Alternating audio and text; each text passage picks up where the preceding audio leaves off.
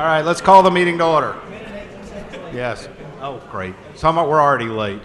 Minute and 18 seconds. Not that kickoff being at 7:30 has any effect upon why we want to move this forward quickly, right? The Saints are playing. Thank you. Thank you. Yeah, the Saints are playing. Okay, so I'm going to go ahead and call the meeting to order. Unfortunately, Chief Riley cannot be here. He did come in last night, but then he was called away on a family emergency. He and his family have had really a tough year with some family members. So if your thoughts could be with him, I'm sure he would appreciate it. We're going to go ahead and jump through the agenda. First of all, we do have a quorum. We have 8 of 15 members, so we just made it. And first item is actually approval of minutes, although I'm not sure we have minutes that have been distributed. Has anyone seen them? Nope. So I don't know. Yeah. Well, there you go. this was our first meeting where we were totally electronic, and it seems that we failed miserably. Nobody will be throwing stones at you. Well, it's okay. I can take it. Somehow, your minutes did not get loaded on your guidebook, and I deeply apologize to the council. Your resource documents somehow did not get loaded on your guidebook. So I guess I'm going to be doing a lot of apologizing tonight. I'm sorry. We will muddle through.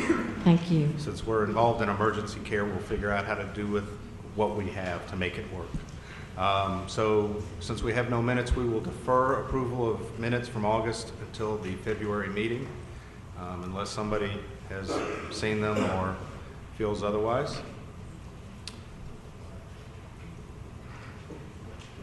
Sure. You want to make a motion? I can't make the motion. Make a motion, we table the minutes till next meeting. Second. Motion and second. Any discussion? Anyone opposed? Okay, minutes are tabled until February. Next is the chair report and discussion. I would be remiss not just to welcome everybody here and to see everybody in the room and be glad that we're having a nice Texas EMS conference going on. Hopefully we're going to have some good discussion. We'd like to include discussion from the audience as well. We will move right into the report from Assistant Commissioner Perkins. Did I do that right? That's correct. Thank you. Okay, so a whole lot going on at the agency. I was on vacation when it all started, so there's a lot of Ebola planning going on around the state, regionally, as well at the state level. The EMS trauma system has gotten involved in that. There's been work with the RACs. There's been a couple of surveys that have been requested to provide information to the from the regional advisory councils as to where they are in their planning process. One of the challenges we have faced in this is the ever-changing standards, ever-changing information coming out from CDC and others to know what is the absolute standard that you should follow. But we are getting a sense from our state leadership that they would like to see coordination. They'd like to see some identification of hospitals that will take an Ebola patient. At this time, we have 2 facilities for facilities identified, and those are being worked through.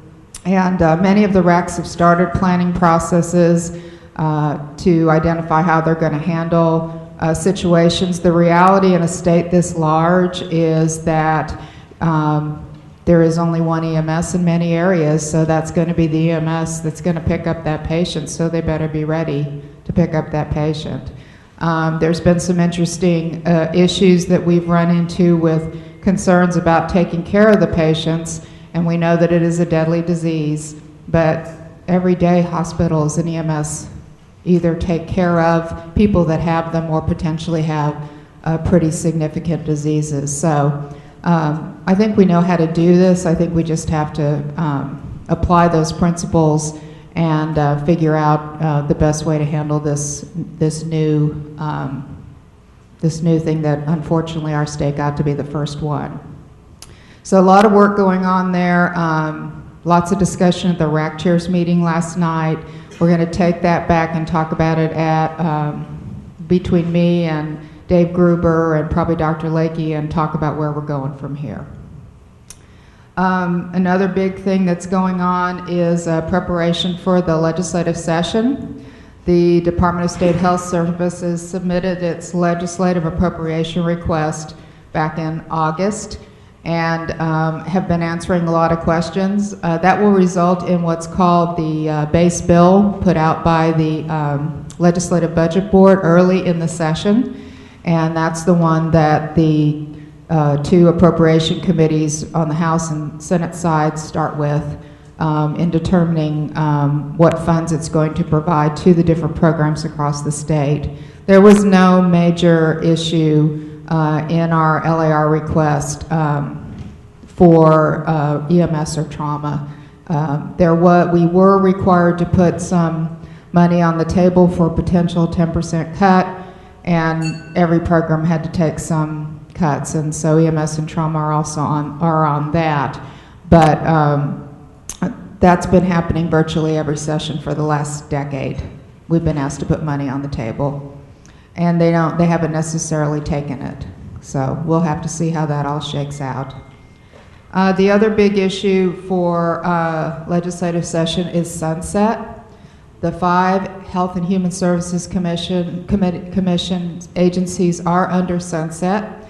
The DSHS report came out, I believe, May timeframe, and this summer the Sunset Commission actually voted on the recommendations that are going to go into the DSHS sunset bill. There were no major impacts to EMS and trauma in that bill. In that report, and so we'll have to see what happens. The way we have been told this is going to come out from the DSHS side, and I'll get to HHSC in a minute. DSHS is there'll be 2 bills.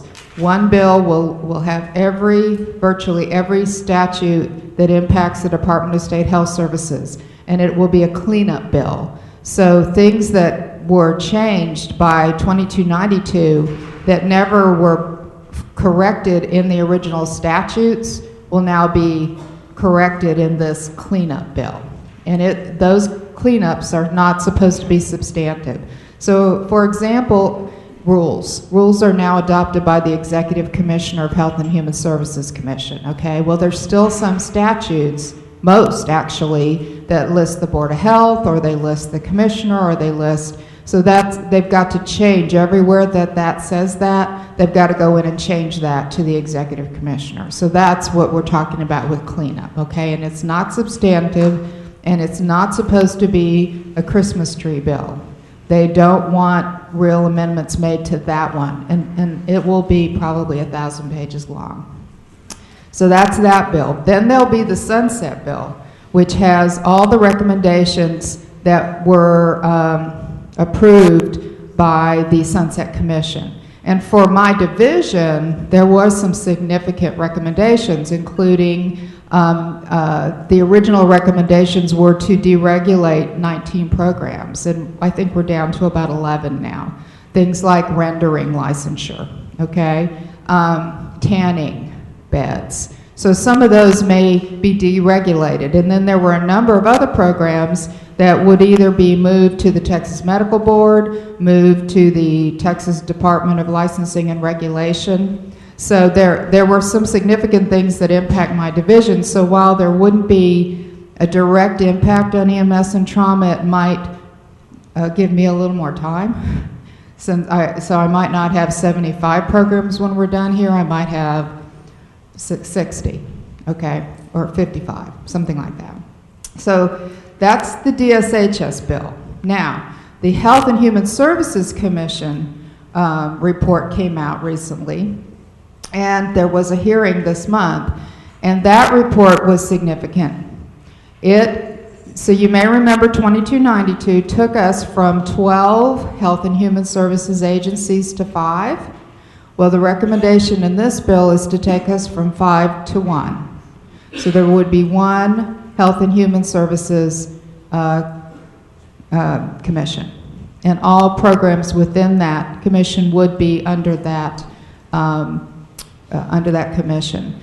The way they showed it in there, they showed a regulatory, we don't know what it would be called, organizational unit, and that would combine all of DSH's regulatory programs with Department of Aging and Disability, which includes nursing homes and nursing home facility directors and home health, and it would include the Department of Family and Protective Services, child care licensing, residential treatment programs, and those would all be combined.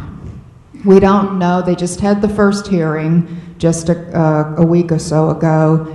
They will have the second hearing on the 10th of December, and that's when the Sunset Commission will vote on its recommendations. And that's when we'll know whether or not that particular recommendation will go forward into legislation to take us from 5 to 1 agency. So that's Sunset. Bill filing has started already.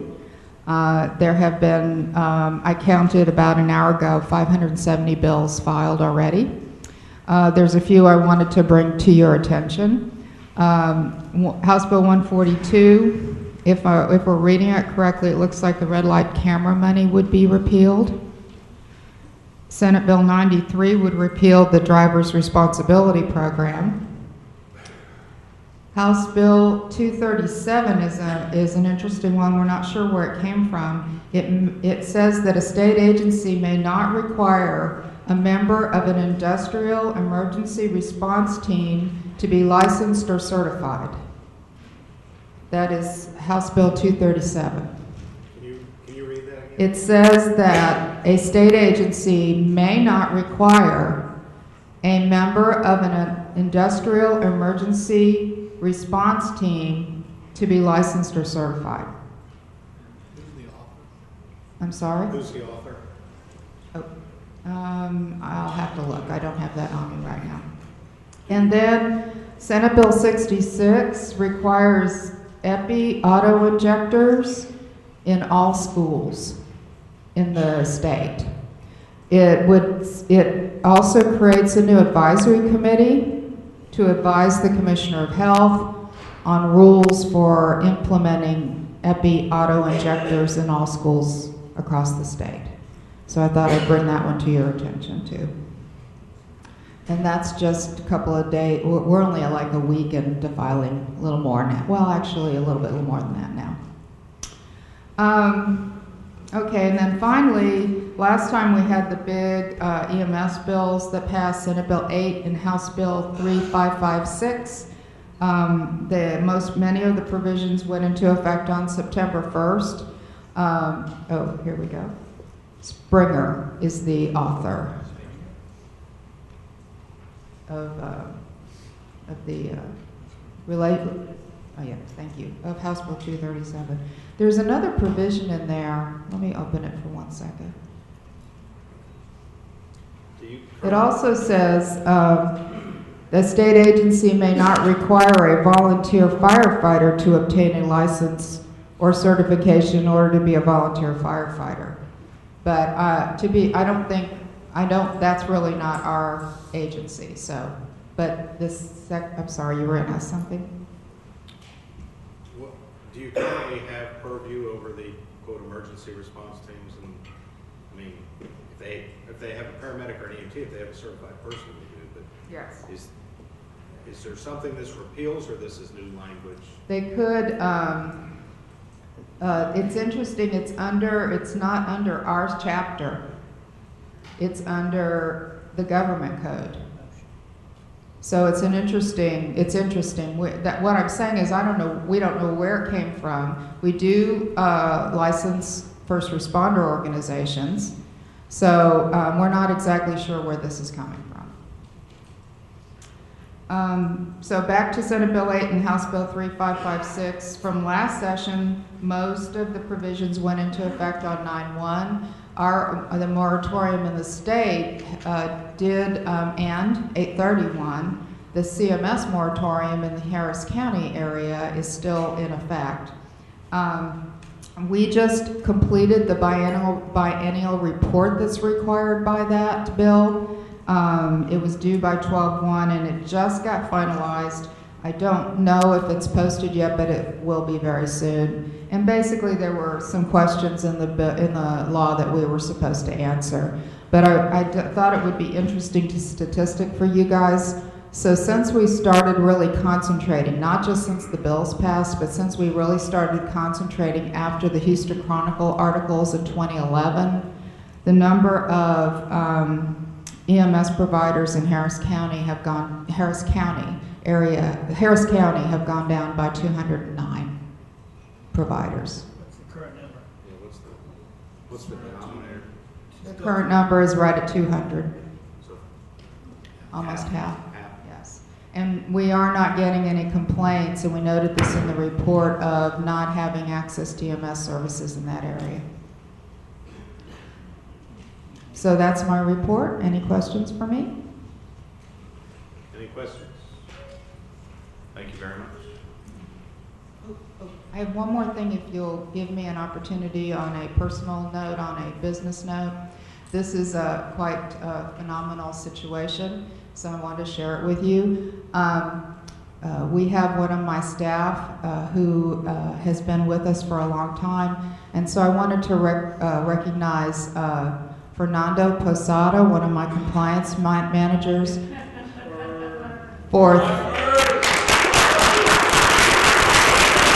don't clap yet, for 30 years of service to the state of Texas.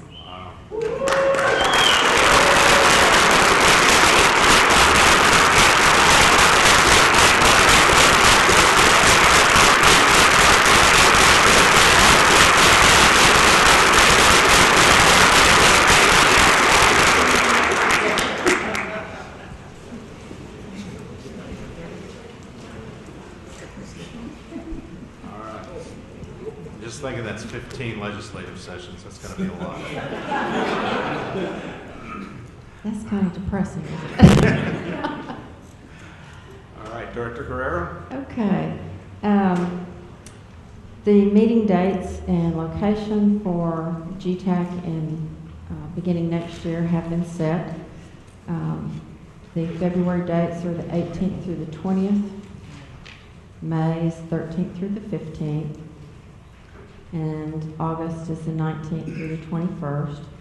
All of these dates will be in Austin. We have contracted again with the Crown Plaza. Thank you. I have double trigger in my head. The Crown Plaza. So we will be there again. Then in November 21 through 23, it will be in conjunction with the EMS conference, and that is going to be in Dallas next year. So you can see on your funding report, we've actually gone up a little bit on our total number of designated trauma facilities. We've gained one since last quarter. That gain has been in the level 4 facilities. We have several that are in active pursuit status now. For stroke facilities, we have a total of 129. 11 level 1 facilities, 109 level 2. That has remained stable for the last 6 months.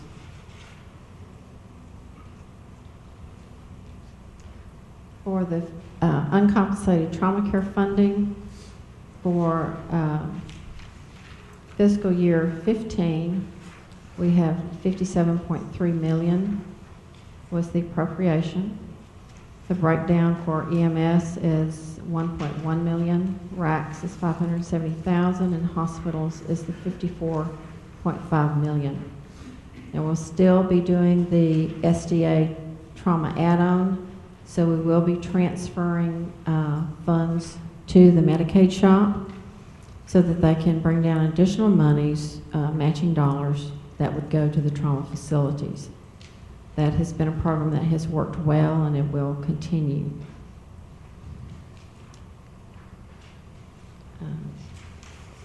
For the extraordinary emergency funds for the EVES, in 14, we actually funded 11 EVES. We had a leftover balance of $500,000. For 15, we have again $1 million available. We are currently awarded 4 emergency EIFs, and we have a balance remaining right now of $677,000.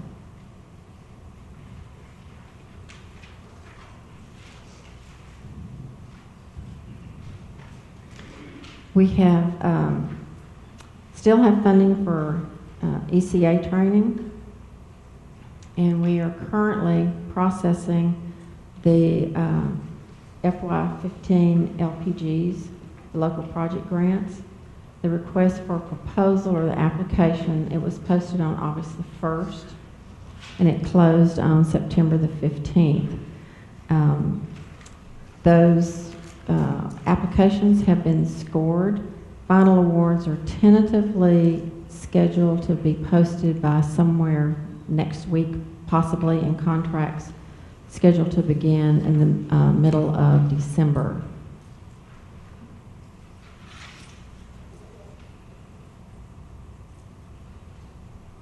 I'm sorry, I don't have the total number of awards. I usually give you that, and it's not on here. I apologize. We did have some experience, some difficulty, or some I won't say difficulties, I'll say challenges related to our contracting processes that we go through. It slowed down the processing of our contracts, and it slowed down the funding of some of our contracts. We hope that we have learned how to work with our new contracting, procurement and contracting oversight unit. We will be educating those folks that oversee our contracting process on how our contracts work. We're a little bit different than other contracts that they are used to dealing with. We will be doing that education quickly, and we will be working to develop our contracts and getting those approved on a more advanced timeline than we did this past year. It generally would take anywhere from 4 to 5 months to get our contracts through and get those processed, get them approved. We are starting earlier. We're starting about 8 months out this time. So we hope that we can mitigate some of those issues. What kind of contracts are you referring to? The rack contracts, tobacco racks. There was a lot of discussion back and forth between the procurement and contracting unit in our shop. On the positive side of this, we have an additional staff member that we've hired that will be working with the EIFs, so all of the emergencies that we fund in those contracts. She'll also be working with the rack contracts. She'll be kind of the backup person, secondary line on that, and also on the LPGs.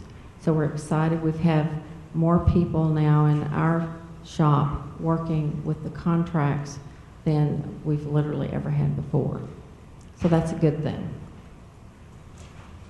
Okay.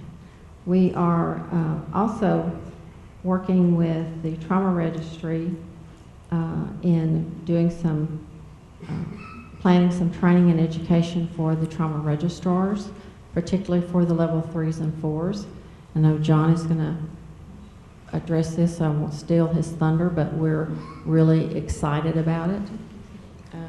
It's thrilling that we can actually go down this road.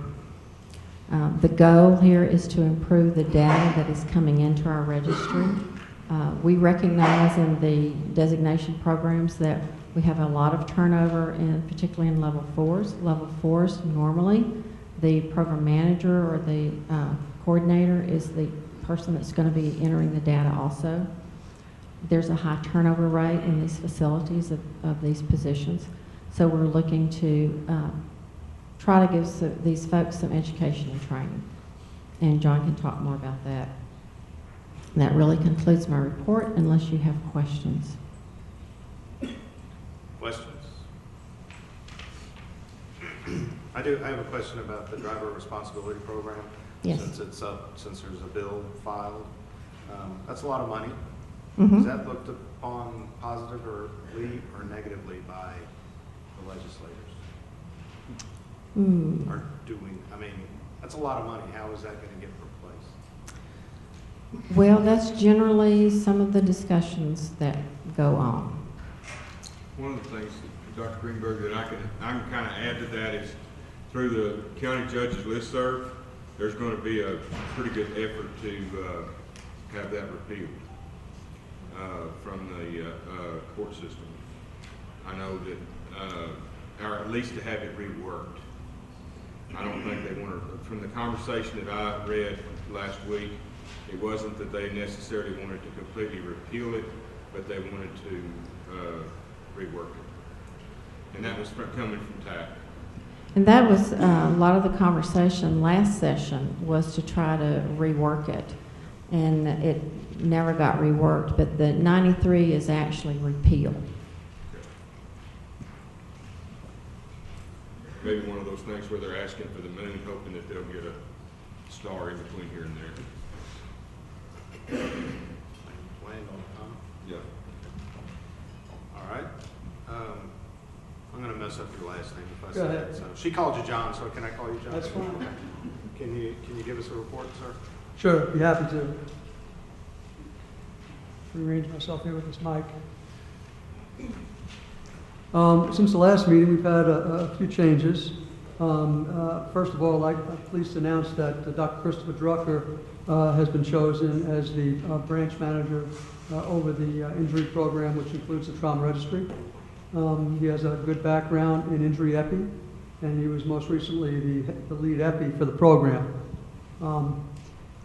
He's already been working with the GETAC members and subcommittee members on various reports and data issues, so they know him well by now. He's been working very hard. He jumped in with both feet, and he's trying to fill whatever vacant positions we have to get us fully staffed. At the same time, the program's been working very busily with stakeholders to identify areas that we can jointly work together to try to improve. Some of these have included, as Jane mentioned, data reporting and data quality. Another one is methods used to disseminate and communicate data. And the last one is just general overall system improvements that we're making to the registry. As you know, we received funding again this year from TechStop, so we're moving forward with continuing to improve the registry and handle these other areas. On improving data front, one of the things we're doing is we're contracting with TTAF to develop an EMS data management training course, similar to one that they have previously developed for hospitals. This training course is going to provide an overview of data collection and data management specific to EMS personnel and how that works with the EMS trauma registry. It's scheduled to begin sometime in the summer of 2015, and we'll be reimbursing up to 22 EMS personnel to attend the course. We're also going to reimburse up to 22 hospital personnel, supposedly from each person from each rack, to attend the hospital data management course that TTAF is already, I think, beginning to schedule. As some of you may know, we've been trying to work on this for a long time. This was actually a very early request from stakeholders. I think one of the first discussions I had with Dr. Stewart many years ago was on this, and that was dealing with the abbreviated injury scoring. So we're actually going to be starting to do that now, and we're going to try and incorporate abbreviated injury scale into the trauma registry. As part of this effort, we're going to be bringing in trainers to hold a 2-day in-person AIS training in Austin, and we'll be reimbursing costs associated with this training for one person from each level 3 hospital, as well as for the 22 other personnel that we mentioned previously for the other training. The dates of training have not yet been set. Also, the next topic was improving the dissemination and communication of data. We're working with the RACs to try to identify data analytics that we can use universally. In other words, things we could develop that would function universally, that both EMS agencies and hospitals can utilize. The goal would be to create reports within the registry that any entity could run. Of course, we have other reports that our staff can run, but these would be directly accessible to any of the entities. Program staff will be meeting with each of the RACs to present reports specific to the RACs and to address any customer support issues they may have at that time. We're also going to be holding webinars on a variety of registry topics, such as the proverbial being locked out of the registry and also how to import rosters. We're going to encourage users to visit our website regularly to find out what webinars are being offered and when they're being held.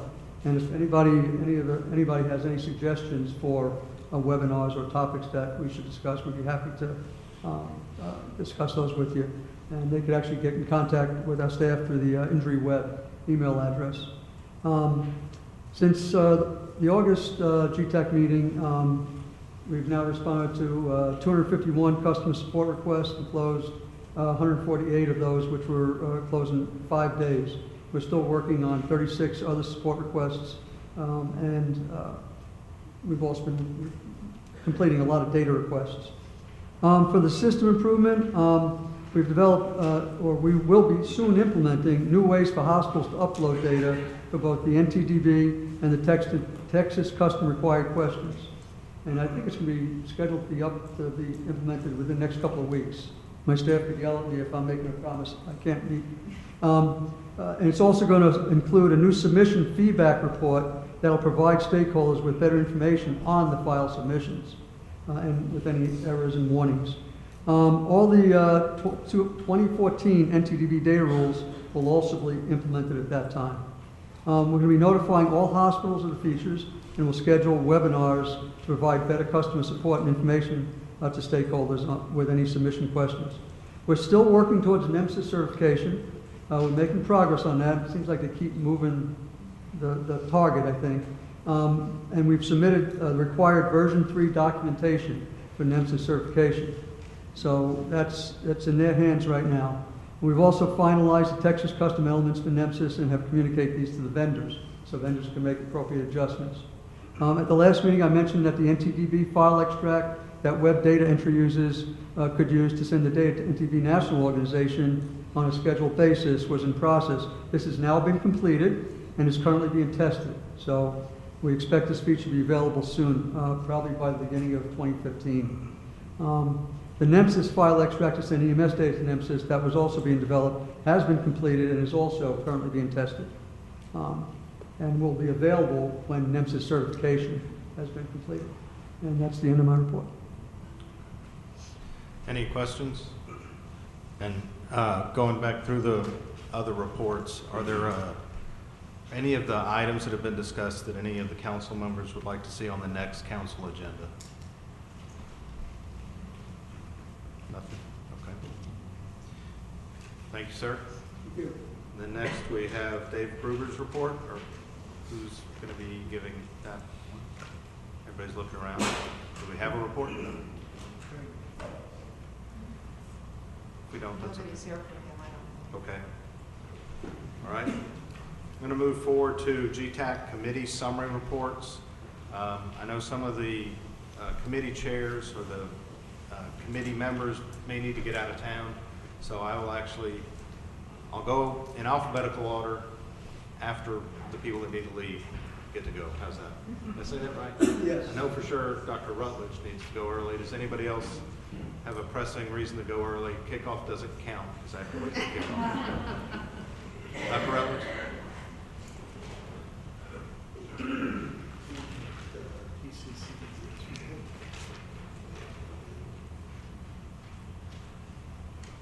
And Dr. Rutledge, if we could also discuss item number 7 of our agenda, the Brain Attack Coalition Standards. Since Yes. I think we'd like your input on that, as well as I think number 8 is also, it's the discussion of possible recommendation for stroke-specific continuing education. I believe that's from your committee as well. So Yes. If it's okay with the council, we can have your report and discuss those agenda items at the same time. Yeah, thank you very much. I'm on call at 8 o'clock tomorrow in Austin, so I have to drive back tonight. The stroke committee met 2:30 on Saturday, and in our committee discussions, we reviewed our accomplishments for the GETAC Council, which we have attached. First up, we had an update from the Texas Council of Cardiovascular Disease and Stroke and the Lone Star Stroke Committee. For those of you who don't know, the Texas Council of Cardiovascular Disease and Stroke was enacted by the 76th legislature, and its job is to report to the legislature on heart disease and stroke in the state, and then make recommendations in regards to legislation, appropriations, etc. And just FYI, part of that report looks at prevention, acute disease, and chronic disease. In the acute disease, we do have a placeholder and recommendation for additional monies to develop the cardiac portion of RAC's response and additional money for the RAC. So we hope that in a rider that we can get some more money for GETAC, that the Texas Council can do that.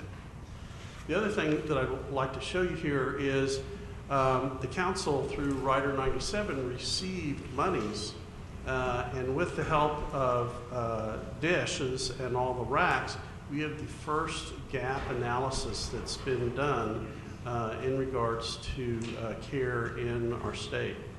Can you flip to the next slide? This is preliminary data. This is data received from the RACs rather than a hospital-based data. Hospital-based data from with the guidelines is going to come later. This is just the first 2 quarters of 2014. They're definitely reporting issues and stuff, but it's a way for us to at least have the first pulse on what's going on. You can do this slide. Yeah. So the previous slide showed where all the these are the Texas designated stroke centers, the comprehensive, the primary, and then the support stroke facilities. And you can see that they're distributed primarily in the central portion of the state, but all the RACs at least, or most of the RACs have at least some designated center. You go to the next slide. This is what I think is really interesting. We would like to get 2014 data on discharge rate, that is how many people have strokes from hospitals.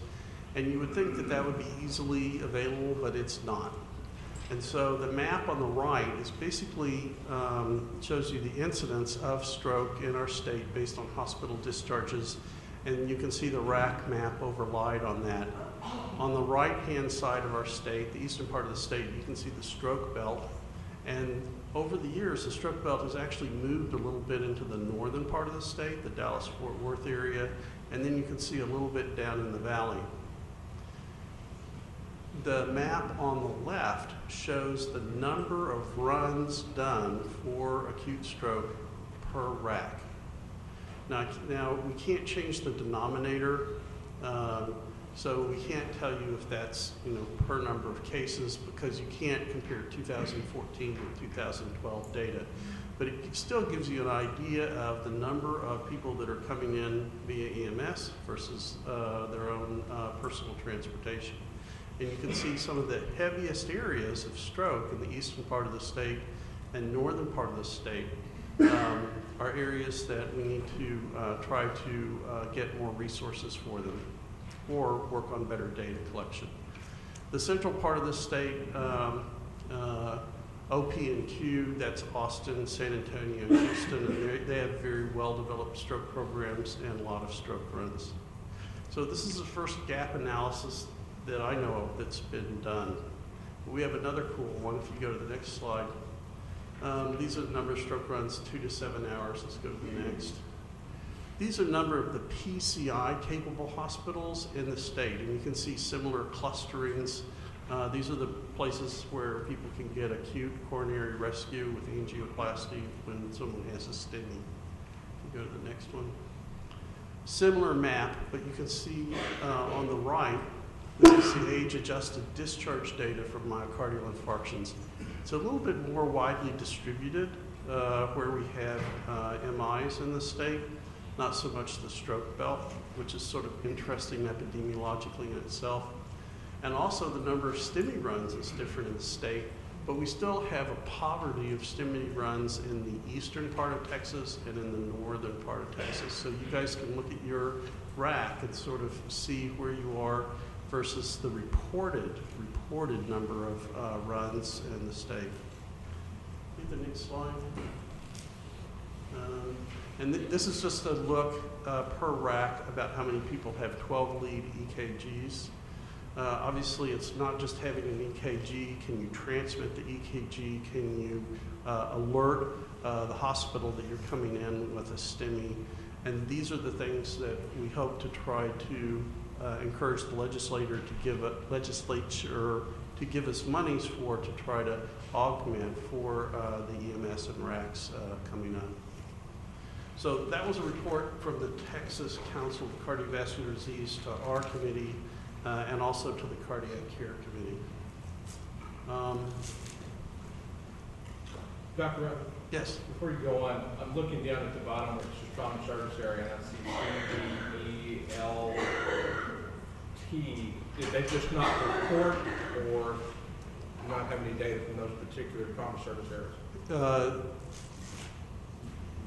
Yeah, I don't know for sure. I believe if there's no report, it was just left blank. Okay. I didn't make the slide. Okay. Go back one slide. Yeah, that's a prettier slide to look at. Are there other questions about that? This is just fascinating to see this. Again, the purpose of this, and one of the concerns about this was PHI or that individual services or hospitals might be identified. That's been extremely well vetted. That's not going to happen. And you can see from this map that that's not going to happen. People were also concerned about the data because the council used DSHS, that data might migrate from the chronic disease area into the regulatory area. That's been completely vetted and not possible. The people who have access to the data, how the data is stored, that's all been vetted. This is safe data, and no one will have their skirts pulled up with looking at this. This is basically a gap analysis, a way to try and show where we need to marshal resources. So it's just incredible. Next up, back to the stroke committee, we reaffirmed the recommendation of using the Brain Attack Coalition's criteria for certifying support stroke facilities. To remind the council, this is the third time that this comes up for an action item. How about if we go ahead and take action on that? Okay. So that it doesn't get left behind. We have had that discussion before, that it's the stroke committee's recommendation to use that criteria. Yes. To forward to the state to use for level 3 facilities. Isn't that the motion? Yes. So I don't know if the members of the council remember the discussion or not. We have discussed it. I can't remember why we haven't taken action, but I guess I would look for a motion to approve, and then we can discuss it with Dr. Rutledge here as a resource. So I have a motion? Motion and a second, so we'll start some discussion. Actually, I'll defer to you, Dr. Rutledge, if you have anything more to say. We use the Brain Attack Coalition's criteria for Comprehensive Stroke Center certification programs and for primary stroke certification programs. Currently for support stroke facilities, TTAF does certification for that, but we have multiple other vendors, Joint Commission, DNV, and others that wish to provide this service as well. So we need a basis, a criteria then to make recommendations on whether our council and DSHS uses them as a certifying body. And so this is an external source, a national source, and it's consistent with what we've done before.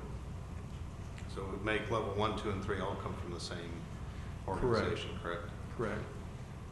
Is there any other discussion, either from the council or from the audience, for or against? Okay. Well, we have a motion and a second to accept the Brain Attack Coalition criteria for level 3 centers in the state of Texas. All in favor say aye. Aye. Are there any opposed? We have passed. Great, thank you. On the previous council, we also discussed a recommendation for a requirement of 4 hours of CE on stroke education. That was sent back to our committee for embellishment, and we're working on that. The Education Committee has also looked at that and is a proponent of that, but what we want to do with a work group in combination with the Education Committee is try to flesh that out a little more. Part of the reason we need to flesh that out a little bit more is the Joint Commission is going to start requiring CE for EMS for the lowest levels, starting in June with their new certification programs. And What do you mean by lowest levels? Well, stroke EMS, rather than paramedics, there's paramedics, then EMS and first responders. They're part of their certification program is going to require 2 hours of CE in stroke training for these people. At least that was what one of the what Mark Alberts told us during discussion. And then also the Senate Bill 330 requires an education of the EMS providers as well. And so what we have to do is develop that so that we have a better program for that. The previous recommendation was 4 hours. This was not to add additional hours, but of the hours that are already used. The things that we're looking at now is rather than a specific number of hours, specific training objectives, so that then the medical director can pull that into his program and make it more facile. We actually had the opportunity to go to the stroke committee and actually spoke to Dr. Rutledge and members of the committee, and we were looking at hours. And I think as we begin to look at hours, some of the concern was if we say a designated number of hours for stroke, then pretty soon geriatrics gets its own 4, and then someone else gets its own 4, and someone else gets its own 4. So one of the things that we had asked to work in conjunction with them was to, as educators always do, let's look at the goal and the objectives, figure out what the objectives are, and then let each medical director or each entity decide how many hours they need to get that covered. We think it's important that everybody gets it. We just want to make sure that it's relevant to the time frame, that people can use that time wisely. Right, and I really appreciate Jody's help in this regard, and we'll have that work group and we'll have something for the next meeting, hopefully. Okay, so this is agenda item number 8 for us, for the council. Right, so what we'll do is recommend to defer that and have that on the next agenda. Okay. Are there any questions about that or concerns or other recommendations on agenda item 8 while we have Dr. Rutledge here? Are there other committees that would like to have this as an agenda item? Does the council feel like they want specific input from any other committees?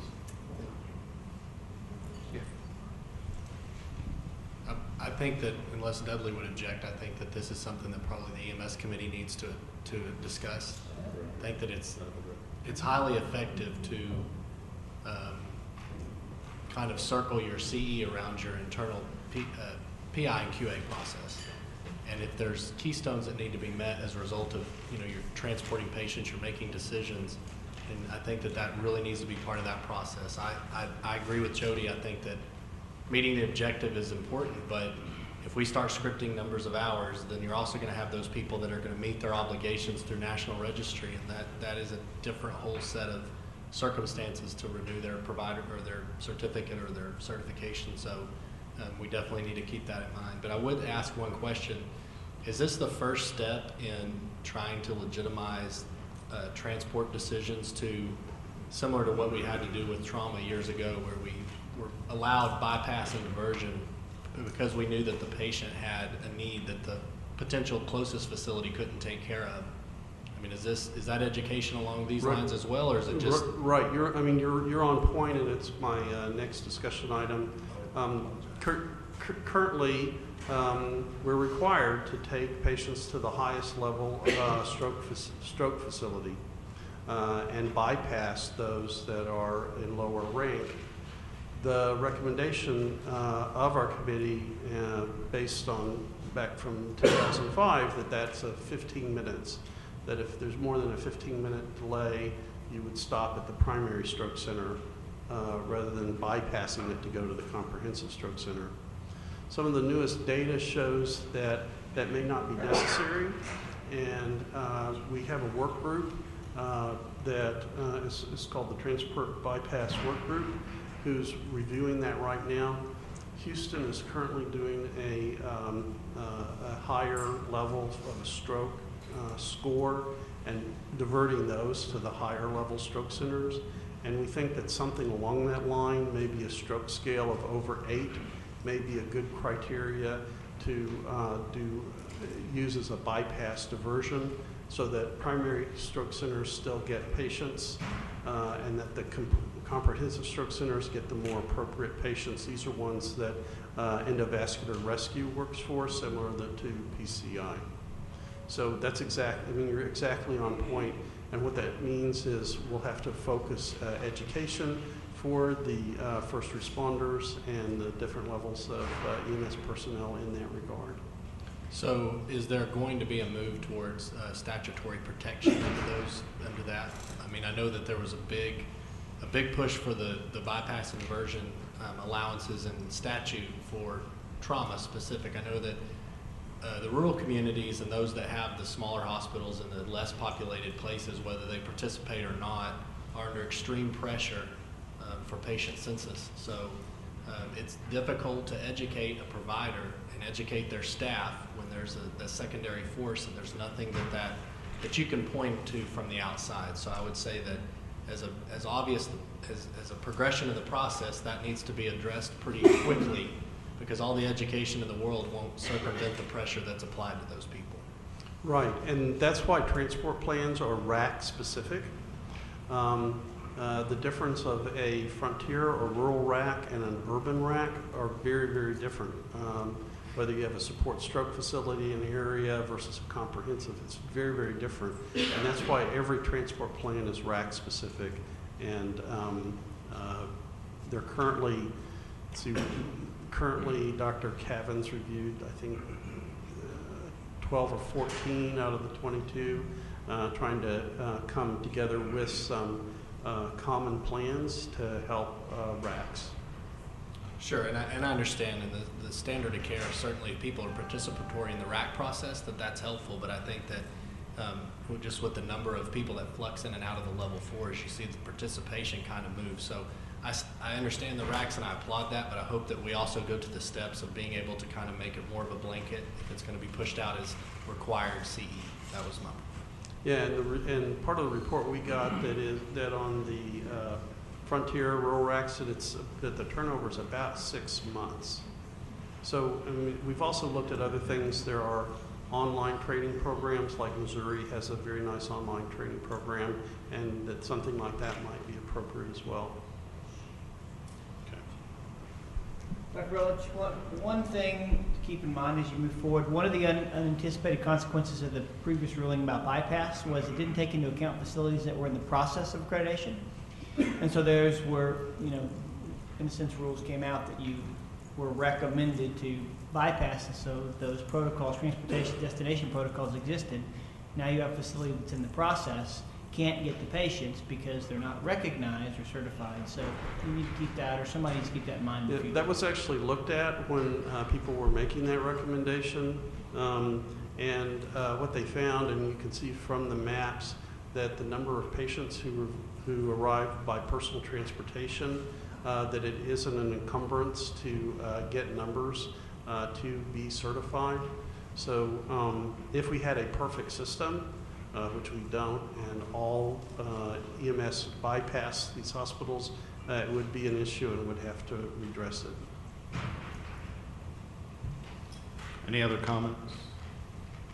Okay, so on this item, we have asked that it come back to the council. Also, Stroke and Education Committee will continue their work group, and the item has been referred to the EMS Committee and to the Medical Directors Committee for an opinion as well. We had added that to the Education Committee work group for January 16th. Okay. All right. All right. Perfect. So also we have a hospital database surveillance committee. This is a committee who's looking at making recommendations back to the Texas Council of Cardiovascular Disease and what things to include in a database. Those recommendations, for your information, was arrival mode, diagnosis, TPA within 3 to 4 hours, door to needle time, complications, mortality, discharge disposition, percentage rate of TPA, initial NIH stroke scale, drip and ship numbers, and the number of endovascular cases and door to cath time. So those are recommendations that we're sending back to the TCCDDS. You've done our action items. Public comment, one of the comments that was forwarded to us was questions in regard to transport plans. Do they have to include freestanding ERs? And with the help of Jane, no, they do not. That you have to be a hospital to become a certified and designated stroke facility. So how does that take into account the standalones that are tied to a hospital but are in a facility upon themselves? If they're, well, if I could speak for Jane, and that's part of the requirement to become certified is that you have to be attached to a hospital. So, just so we're clear, understand that those facilities are licensed as that hospital 50 miles away. So Yeah, that's not what you're talking. You're not talking about that in the hospital. Yeah, my understanding and what we asked for the opinion was freestanding emergency rooms not attached to a hospital are not certifiable right now, and that means they cannot be designated. So they would not be part of a transport plan. But the standalone can. Yeah, two separate issues. He's saying they can't be designated, the state cannot designate them. You can still, as an EMS service or medical director, you can still use them as destination. No, I understand. I just want to make sure that we're calling, because the freestandings are licensed in the state separate than the standalones. Those are tied to the hospital. You're saying both types or just the one? The question that came up was, do transport plans have to include freestanding emergency rooms? And no, to be a designated stroke center in our state, you have to be attached to a hospital. Now, if we're arguing over what attached means, I'm not sure, and I would defer that back for the DSHS to look at. Not tonight. Did you want to I comment? understand the question. Okay, well. Okay, first of all, for designation of stroke centers, we designate hospitals, okay? Same thing for trauma. So it's confined to hospitals. Now the question was, could they be used to transport? Could they be used in the transport protocols? As a destination was the question. As a destination. Right. If they could, okay. Well, if they're not in the designation system, that's still, even if a hospital is not designated, that does not prevent them from getting a stroke patient. Correct. They're just not in the designated system. Correct.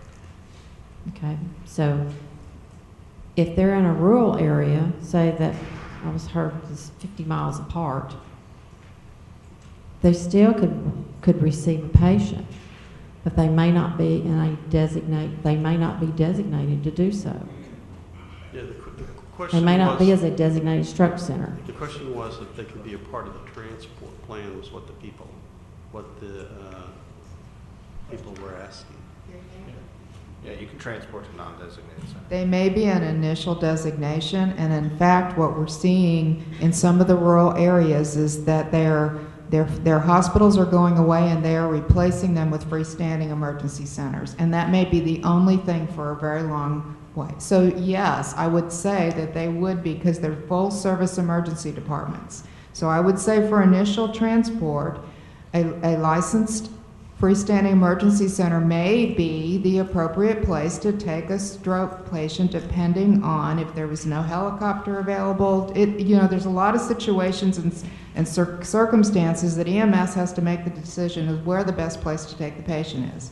It's not the ideal place, but it may be the best place in some parts of our state. Then, for the transfer, that's where a different plan may come in place on where they transfer that patient.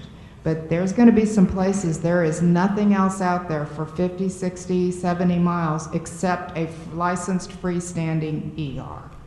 And they are full service. They are full service emergency departments, like a full service emergency department at a hospital. So the expectation would be that they would know how to care for a patient and care for a patient like a full service emergency department. Yeah, again, I didn't originate this question, and you guys may want to look at it in more detail. But I think part of where this may come from is in some urban areas, people can put a lot of little freestanding ERs around and use that as a way to manipulate a transport plan and stuff. Yes. And so maybe all freestanding ERs are not equal, but the way it's written right now, my understanding from Jane was that you have to be a hospital to be designated. And if you're not designated, then you can't be part of a transport plan. That doesn't mean that using common sense, that you wouldn't go to the best available place to get people to.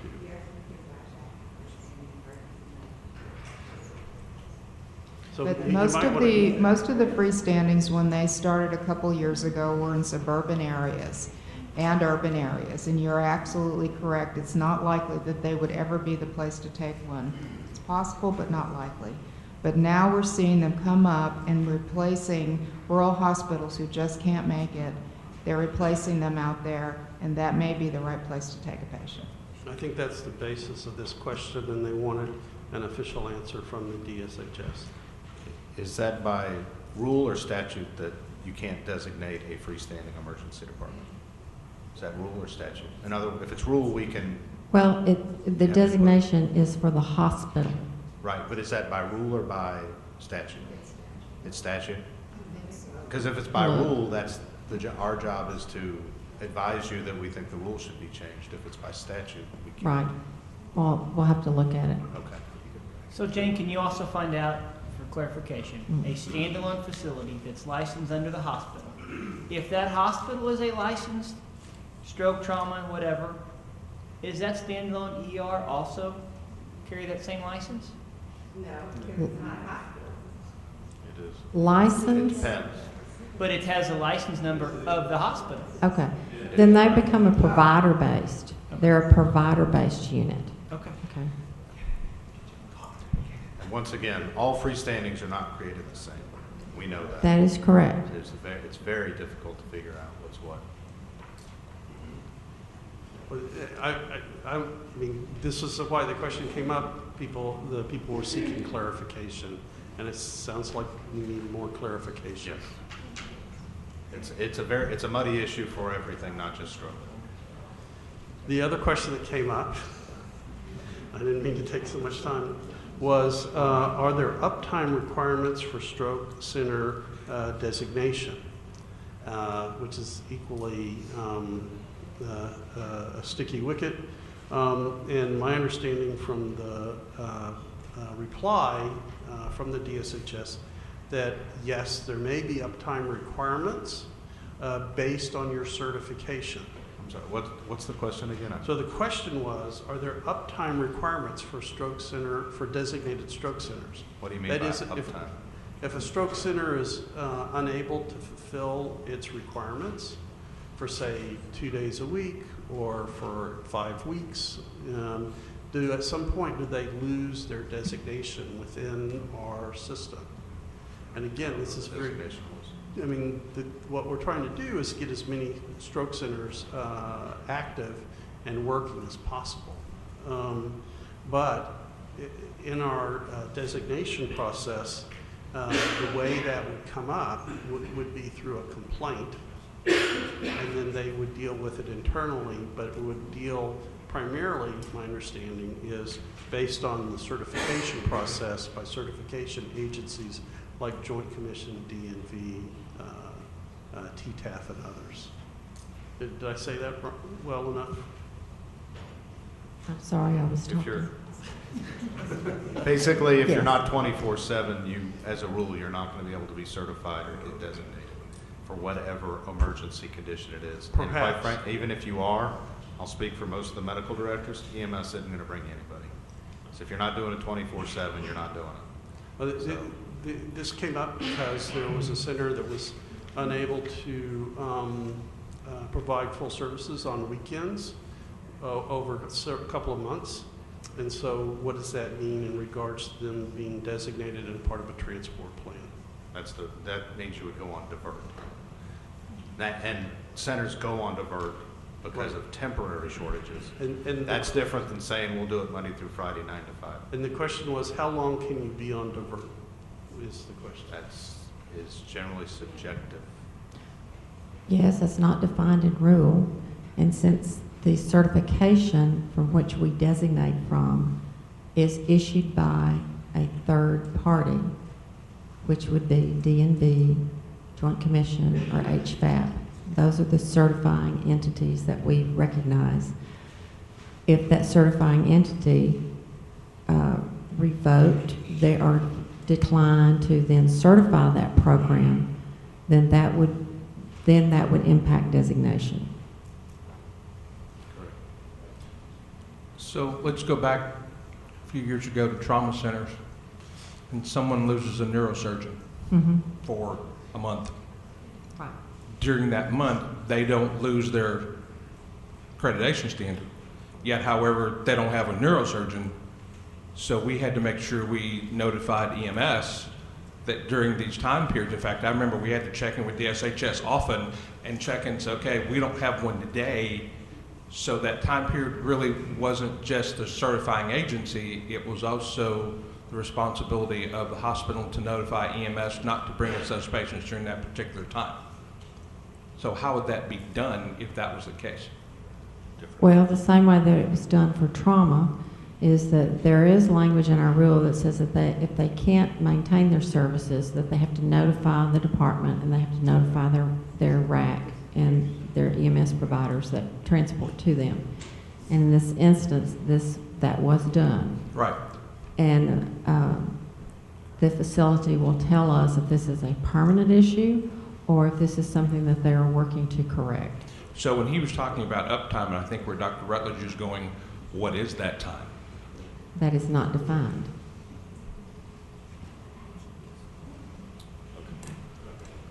All right, any other? We have an announcement. SATRAC is going to have a stroke coordinator course with CEs April 30th and May 1st in Houston. And that's my report. All right, thank you. Glad we got that out of the way quickly. Yes, sorry. Thank you, Dr. Rutledge. Eric, really? Seriously? Okay, come on up. I had two comments. Number one, I agree with you, Dr. Greenberg. In our system, deal with the uptime issues. A joint group of our regional EMS medical directors in our stroke committee, we built the regional stroke system to say, here's what we have a letter of attestation. In addition to their designation and whatever else they have, the attestation letter holds them to what we as a community agreed would be those kinds of requirements. And I think that EMS medical director has the full authority to decide where people go and don't go, and no one's going to want to be a stroke center that the EMS medical directors say they're not going. So I think that's one of our solutions. Number two is, I think GETAC, you were just touching on the freestanding thing. I think it's incumbent on part of GETAC to determine, we have typed them, like you do type 1 strike team. We've typed them. That may not be the right way, but there is a difference between a type, we call them a type 1, which is a CMS accepting freestanding emergency center that's basically a general hospital. Emeris comes to mind, that's the one we have. Then a type 2 is our Baptist or our Methodist facility, which is underneath the NPI, right? It's a freestanding. It's Christus has some as well. And then the type 3s are ones that have refused to. They don't want any CMS, period. and we don't transport to them at all because EMS could not recoup any costs, so we don't transport to the type 3s. But I think GETAC, it's incumbent upon the state emergency healthcare system writ large, right? I would say regional, but I think state level would be helpful to differentiate some words. They're all freestanding emergency centers, comma, they are not all created equal, and I think we ought to treat them as such. So it's probably a public comment thing, but it happened right at the time I got it. Well, and you're next up for your report too. I knew you were going to say that. I want to grab my. But I want the minutes to reflect you said you agreed with me. It's a banner day, because Brendan's on tape agreeing with me about an hour ago. So. All right, so Preparedness Coordinating Council, and if you would like to do your committee directly after that. Thank you, sir. Preparedness Coordinating Council did not meet due to Ebola. The commissioners and the assistant commissioners and deputy commissioners and all people were in Suburbans driving around and solving problems, and so we didn't have a meeting. The disaster committee met. We had a great presentation from Dan Woodfin from ERCOT. I'm not even sure what it stands for technically, but it's the guys who run all the power in Texas. ERCOT is the Emergency something Electrical Energy Reliability Commission of Texas, maybe. There we go. It was a fascinating discussion. We dealt with some of the issues we talked about. EMP. We also learned the difference between solar flares and things that might cause the same kind of reactions as EMP, which is a man-made thing. And they have a great deal of plans in place. We learned a lot about that. We also talked with about hospitals and EMS working directly with their providers in their local areas about what the plan is to recover from a major problem like that, whether it's just hours or whether it was weeks. The EMTF program is doing incredibly well. The medical directors have finalized the type 1 cache. We have 3 type 1 caches for the MMU now. We have, they are all normalized finally, and they have the same medications on the same response capabilities, so that's a really big thing. I appreciate those other regions standing up. Dudley, Waite, and the other, Victor Wells and some of the others organized the first national AMBUS conference here as part of a pre-conference workshop at our Texas EMS conference this year. So all day Saturday and most of the day Sunday, they had people from New York, from North Carolina, from the National Capital Region, from Georgia, from Louisiana, all of them with AMBUSs, and they had a great deal of best practice sharing. I think we've started something big, and so I want to thank Dudley, Waite, and Victor, and the others who were leaders in that respect at a national level. We're announcing the ambulance staging manager and medical incident support team training dates. ASM is April 1st and 2nd, and the medical incident support team training will be April 29th and 30th. We haven't picked the locations yet, but we have the dates at least for the first time ever. So we heard from the stakeholders 30 days was not enough notice. Heard ya. Sure did. Had a report from Dr. Kidd. Most of the Texas disaster medical system programs have not met as well due to Ebola. Ebola really kind of put the quash on a lot of different meetings. We went through our 2015 committee goals. We want to have an infectious disease working group that's looked directly at hospital and EMS issues that were affected by the Ebola issues, but also a larger scope with that with respect to infectious disease. We want to focus a crisis standards of care effort, what that group's looking at, but on the power outage, what they call black stars. So how do we look at, if we lost, those are real possibilities. If we've lost power for weeks, the generators, there's no gas, and that could affect several states. It would be a massive thing, and we think that would trigger that crisis standards of care operation. And finally, there was a fair amount of discussion about tracking EMS patients for disaster times, but doing it in reverse. We want to plan on doing those on a daily basis so that on disaster day we have it's the box of bands, the box of gloves, and an ambulance, and we use the same bands to track them all the time. And we're going to be piloting something like that in our area with a grant we got to do about 300,000 bands, because we have a tough time when a small EMS, an outlying EMS transports to a smaller hospital, they're flown in town, they go to the big trauma center, and there's not a longitudinal way to track that patient. So we're going to be doing those bands and put them on every single patient. We think that's a good way maybe to do disaster patients in the future, but we want to have a bigger discussion about that. So take any questions. Fastest report ever. We appreciate it too, sir. So disaster committee, have you provided comments on the strategic trauma and EMS plan, sir? I did get your email that you hadn't done it yet, but are you planning? No, sir, not yet. Okay. Can you get that to us soon, please? Yes, sir.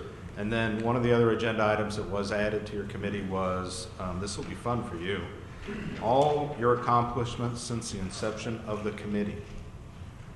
You're Okay. looking at me really funny. I think that was on your agenda. It was on mine, and I didn't see it till the last minute. Yeah, So I didn't see it either. Do you have that? No, sir. No? I completely missed it. Do you know where did that come from? Does anyone know?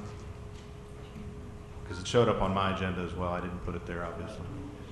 It got added after we put them in, after we submitted them to Phil. Okay. The GTAC chair asked for that, I believe it was in May or August, that each committee feed that information back to the council. Darn. Okay. I didn't remember it either. I don't remember. Can you? I just didn't look at it. I never thought. They usually fire it back on your draft and say, are these things okay before it goes to final? I didn't see it. I'm sorry. Yeah, I didn't see it till it came out either. So, Air Medical did do it, so we have that from them. But if you can look at that as well, I'm delinquent on it. For February? For February. Okay. I'll write down 500 times. Dude, I got it. thank you, sir. Any other questions? All right, now we'll start going in a little alphabetical order. Air Medical Committee. Do we have anyone to present? Yes, we do. Here's she gone. Fly into the microphone there. Good evening, Alicia McDonald for the Air Medical Committee. A little bit lower? Yep. A little bit Talk lower? loud, talk loud. Okay, I'm just hoping it doesn't fall off this end. Alicia McDonald, Air Medical Committee. Shirley sends her regrets that she was unable to be here. We met Saturday at 4 p.m. We had 10 agenda items and only one thing to bring forward to you right now. We started with a moment of silence and remembrance for the flight crew and a patient who died secondary to an incident on October 4th in the north part of our state. The first agenda item we had was to identify the list of accomplishments. We had a draft document brought forward. The committee reviewed that draft document. We had public comment and committee comment.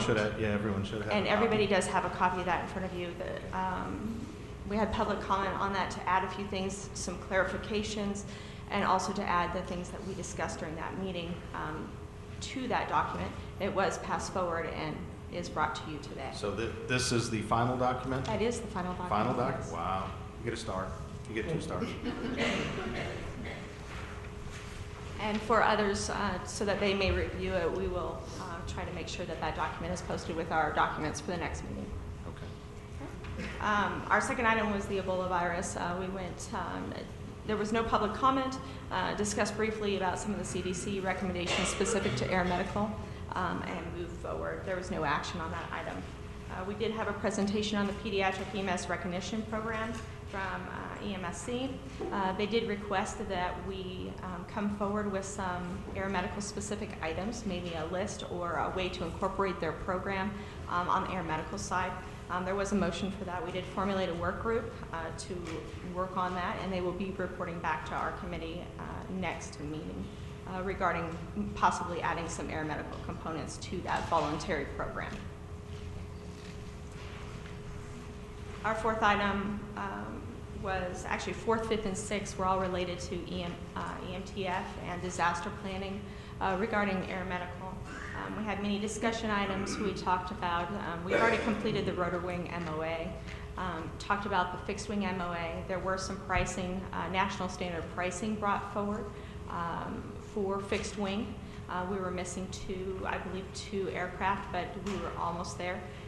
And that was brought forth from the TAMES, Texas Air Medical Association, who had been working on it. They are going to complete their work and get that to EMTF and Eric. And Eric is going to work on getting that draft MOA for fixed wing back to our committee next meeting in February. Other discussion items were the need to have a little more involvement in developing and attending the disaster-related classes from the Air Medical side. including MIST and ambulance strike team leader. So we did have a motion to help with typing of airports for disaster response. And this typing was actually already started. It was a project that was a few years ago. And it would allow a resource document, basically. During a disaster, it says, this airport has 24-hour, this kind of fuel. Yes, it's got a popcorn machine. It has a place with a pilot lounge that you can look up your things you need. It also has a motel next door. Some of the things that may not be on the charts and things that we carry for access. So we're developing that for them. There was a motion for that, and we will be working on that as a work group and bringing it back. There was no update on the EMS Interstate Compact as of yet. Item number 8 was the Trauma Systems Committee. We continue to have a representative who's actively working with that group, and she updated us on that, but there was no public comment, no action. We started a preliminary review of the strategic plan and really decided that it was worth our undivided attention and time. This was the first time it had come up on our agenda. We did have some preliminary discussion and elected to have an in-between meeting, which will be January 7th. We will be posting that as soon as we can in Austin from 10 to approximately 2 so that we can get some finalized recommendations that day so that it can have enough time to get onto your agenda as you requested by February. And our last item was the tag code 15711M9 addressing the EMS patient care reports and also delivery of information back to EMS. We did have a motion on that. We did establish an individual who has both air medical background, EMS background, is a nurse, and now, incidentally, is an EMS liaison for a hospital, one of our members. And he will be working with the other committees who have already formulated groups to identify the barriers in receiving outcome data and reporting and leaving charts, especially on the air medical side, if there is one. That was everything we discussed. Any questions for air medical? And I was going to ask you about the system plan, but you've already said that you will have something to us, which is good. We need to have a finalized document for February for the council to review. So if you can get that to Dr. Eastridge and myself as soon as possible after January. Any other questions for air medical? Thank you for your report. Cardiac Care Committee.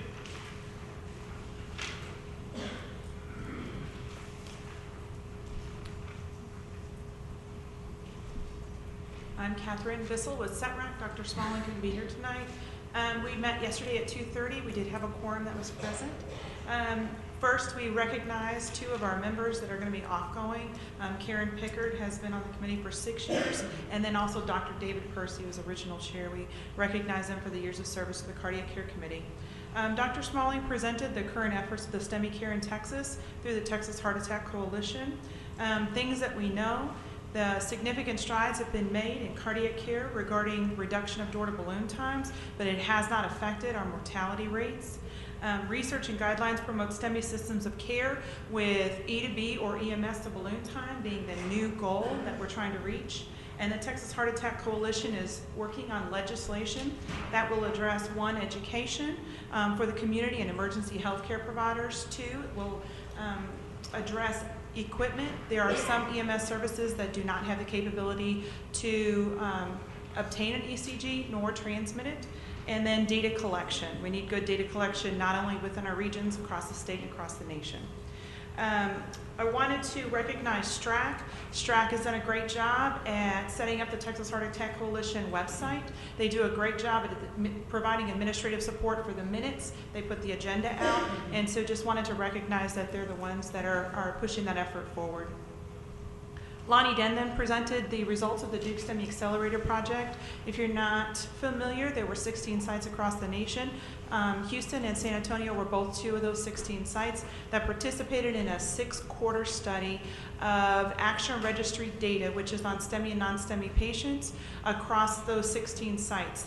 All hospitals that participated put their information into the action registry the Action Registry site, and they pulled out Mission Lifeline regional reports. The goal of the study was to improve STEMI systems of care through 1, protocol development, 2, regional education, and 3, data sharing. And what the results showed were participating facilities did show a reduction in the mortality rates. Some of the interesting things that came out of it is they looked at patients that spent time in the emergency room. With a good STEMI systems of care, you should be getting pre-notification by your EMS. If your hospital is getting EMS notification, that patient should, as quickly as they can, if they're stable, go directly to your cath lab. And what they found is that patients that spent less than 30 minutes in the emergency room had a mortality rate of 3.6%. Patients that spent 30 to 45 minutes in the emergency room, that mortality rate went up to 7.2%. And they spent more than 45 minutes in the room, mortality rate was 10.8%. Now, they weren't able to correlate that to any more factors than, like, they weren't looking at comorbidities, they couldn't, they weren't looking at did they arrive by EMS or were they a walk-in, but it's interesting that the mortality rate raised that much if they spent more time in the emergency room. Results represented hospital mortality rates. For in-hospital mortality rates, they did not look at 30, 60, and 90-day mortality rates. So it was just in-hospital clinical events and mortalities.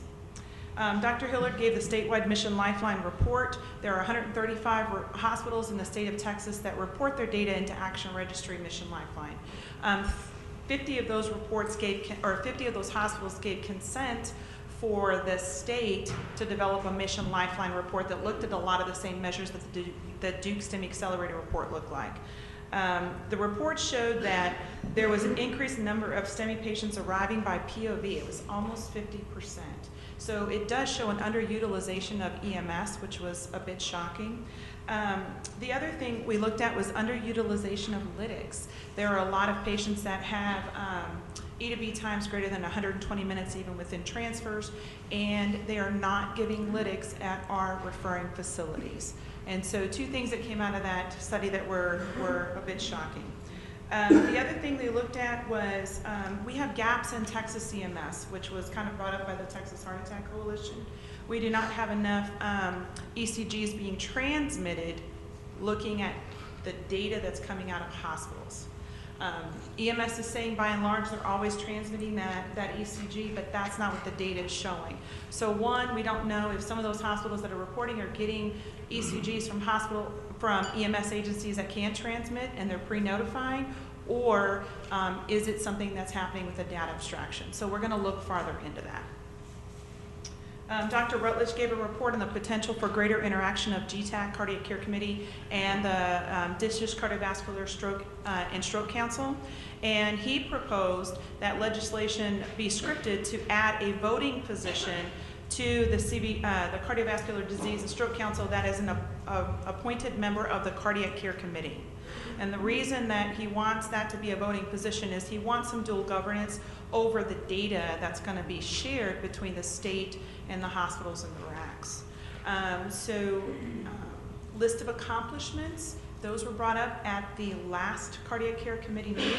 I have emailed Dr. Smalling and asked him to send that to you. So that way you'll have that list of accomplishments. We didn't discuss it this time because we did the last time, but I'll get you a copy of that. We also talked about 2015 goals. So one of the things that Dr. Smalling asked is that every member of the committee kind of bring forward some goals that they'd like for the Cardiac Care Committee to accomplish in 2015. I do have are there any questions on that part of the report? Because he also has 2 motions. Okay, so I think this goes to your agenda item number 3 as well. He was asked to look at the strategic plan for Texas EMS trauma system, and his recommendation, or he wanted to make a motion that be changed to be the strategic plan for the Texas emergency healthcare system, because that would cover EMS and it would cover all of our efforts for cardiac, for stroke, for trauma, for pediatrics, injury prevention, so on and so forth. So he said it as a motion. I don't know the right way to do that. So that's actually a request for an agenda item for the next meeting. okay, then we'll do it that way. Does anyone disagree that that would be the proper way to do it? It's not on our agenda to retitle, so we can't shouldn't really discuss it now. Can you, who's taking minutes? That's Darla. Did you write down what that was and put it for an agenda item for February? Then I guess the other agenda item would be that the EMS medical directors approved making STEMI a reportable disease. And the cardiac care committee would like to support their position and wanted to put it on as an agenda item that the GETAC council add that as a reportable, add STEMI to the Texas notifiable conditions list that hospitals and EMS have to report to dishes. Okay. Yeah, that would be another council agenda item, but for clarification, Okay. as the chair of the medical directors committee, we were asked to affirm the cardiac committee's request to make STEMI a reportable disease, not the other way around. Okay. In the big scheme of things, I guess it doesn't matter. But that would be another agenda item for February, is discussion and possible recommendation of STEMI as a reportable disease. That's all he gave me. Okay. And before I forget, there's a chair report that you should have or he should have. If we can get somebody to fill that out, or if you type one up, send it. You can send an He said email he to was going to Dr. get that to Smalley. Starla yesterday, so I Okay. think he'll get that. All right, and for air medical and for disaster both, do you have any future agenda items? I forgot to ask. No? And you will get the chair reports as well? Yes. Cool, excellent. Thanks. Thank you. Next is Education Committee. Dr. Greenberg, do y'all get those? They are posted on the website after the meetings if they're turned in. Not very many of them get turned in or have been turned in the past, but they do get put on the website because my really bad handwriting is now on the website.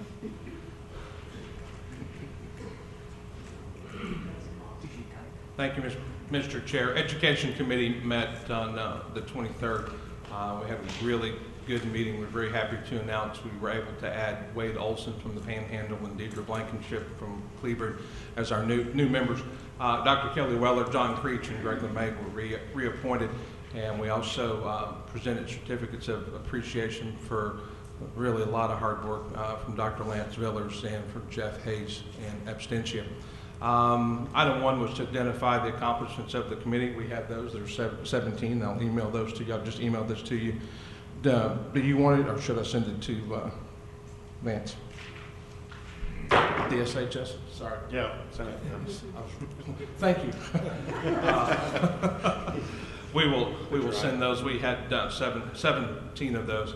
Ebola, we had a lengthy discussion about lessons learned and things related to healthcare workers and the treatment of those patients. Certainly there was some discussion being educators about students. And I think most places looked and said whatever the provider does for them, they're going to do for our students, yet we have to make sure that we've covered our students. Several places had taken the information from the CDC and that published back starting on October 9th from Department of State Health Services on best practices for Ebola. A couple of discussions. I remember Eddie Walker discovered that employee services need to make sure that we've tested students for N95 masks. Several programs actually had issued N95 masks and had them fit tested for their students right after the Ebola outbreak. So we will continue to try to be a resource for that and post whatever we find that is best practice so that we can add that to the DISH's website. Number 3 was review Panhandle Regional Advisory Council Trauma Service A request to help them identify some educational opportunities in the rural and frontier areas and help them fill some gaps. I really appreciate Justin Boyd's letter. Justin and I talked, we talked during the meeting. We have set April as a goal to go to Amarillo. We're going to start in Waco. You know, we actually started traveling several years back to try to get input from everybody. If you couldn't make it to Austin, we try to announce some days ahead of time to let you know when we would be in a neighborhood near you. So we'll be at McLennan College in January, and we'll be in Amarillo in April. They're going to send us some specific needs, some things that they've looked at, so that when we go, hopefully we have some ideas that we can share with them.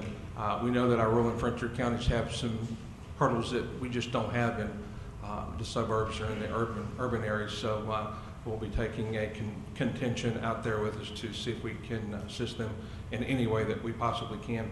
Item 4 was to continue to develop.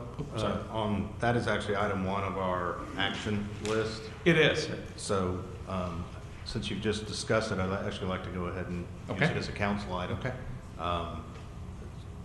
Do you have further discussion? I mean, I remember looking at the letter. I know that Chief Riley sent a response back. I don't know if anyone from that RAC or from that facility is here. Justin's here. Okay, so that we can see if we're appropriately addressing the concerns or what else we have to do. And I don't remember which other committees had this as an agenda item or if it was only on Education Committee. So since you brought it up in your report, let's address it while we can. Okay. Sir, would you like to comment? Good evening. Thanks, number one, for addressing the letter. I have spent some time visiting with Jody, talking about getting him out to, or up to, however you want to look at this on a map, up to Amarillo to just talk about rural and frontier areas. We did write the letter. I will tell you that when we wrote the letter, we did visit with some of the other smaller rural RACs, Lubbock, San Angelo, Midland, tried to visit with them about and share some ideas that they have similar issues, similar hurdles, and by and large we do. We started tracking like number of newly certified paramedics in Texas. We got some information from Mr. Schmieder. I found it kind of shocking that in the last 6 years we've produced 1,969 new paramedics in Texas. That's 328, 329 on average a year. We continue to talk about community paramedicine. We continue to talk about things as we evolve. We just don't have a big enough pool. And that was the things that we wanted to talk about is, you know, sometimes it comes down to money. We understand that. We understand it, look at programs from a financial side. We do appreciate you guys taking the time. I did receive a response from the council. We do appreciate that. We appreciate you looking at it, and we hope, speaking from my RAC, and I don't want to speak for any of the others, but whatever we can supply you with, we'll be more than happy to work the pavement, to pound the ground, to find you the answers. We want to be a partner. We don't want to sit back and say, hey, and cast stones at you. We want to find a solution because it's important to us. You know, our transport times are long when you talk about things, and freestanding ERs being 50, 60, 80 miles away from the tertiary facilities, that takes training as well. So we appreciate that. So does the council need to take any further action? The Education Committee is taking initiative to visit. Does this council need to take any further action? I think the letter addressed two things. Number one, we asked questions about the committee makeup, and this time the committee did take action, and it was explained from Mr. Riley on how the selection process worked, and there is a new member that happens to be from our region that would represent rural and frontier areas. What we didn't understand, and I don't know the makeup, I haven't taken the time, maybe Jody can, the Education Committee consists still largely or mostly of people associated with accredited facilities. Maybe will there be any representation from the non-accredited facilities or the institutions that are just out there teaching basic classes? And that comes down to you guys, and we understand that. We just know that we may not be able to change the way things are. We just want to be at the table to sit and visit and understand, and so you guys can understand what we're going. So to answer your question specifically, I think you addressed everything that was in the letter. We're going to work with Jody and the committee. I know I sit on the EMS committee as well. I speak with Dudley on lots of occasions, so I think we're going to continue in the committee's reports and planning after that. From you guys from council, I'm really not sure. Okay. Anything so that to report to everyone, we did have the committee selection process back in October. I do not remember who applied to the Education Committee specifically, but I will tell you that is a very deliberate process where we look at where people are from, where current members are from, and we really try to get a good mix on every committee or address the concerns. So it wasn't by accident that somebody from Rural and Frontier was appointed to the committee. And when we thought back, we don't think we passed up anyone in the past, previously passed up anyone from that area. People have to apply first before we can take them. We actually can't necessarily go out and grab them.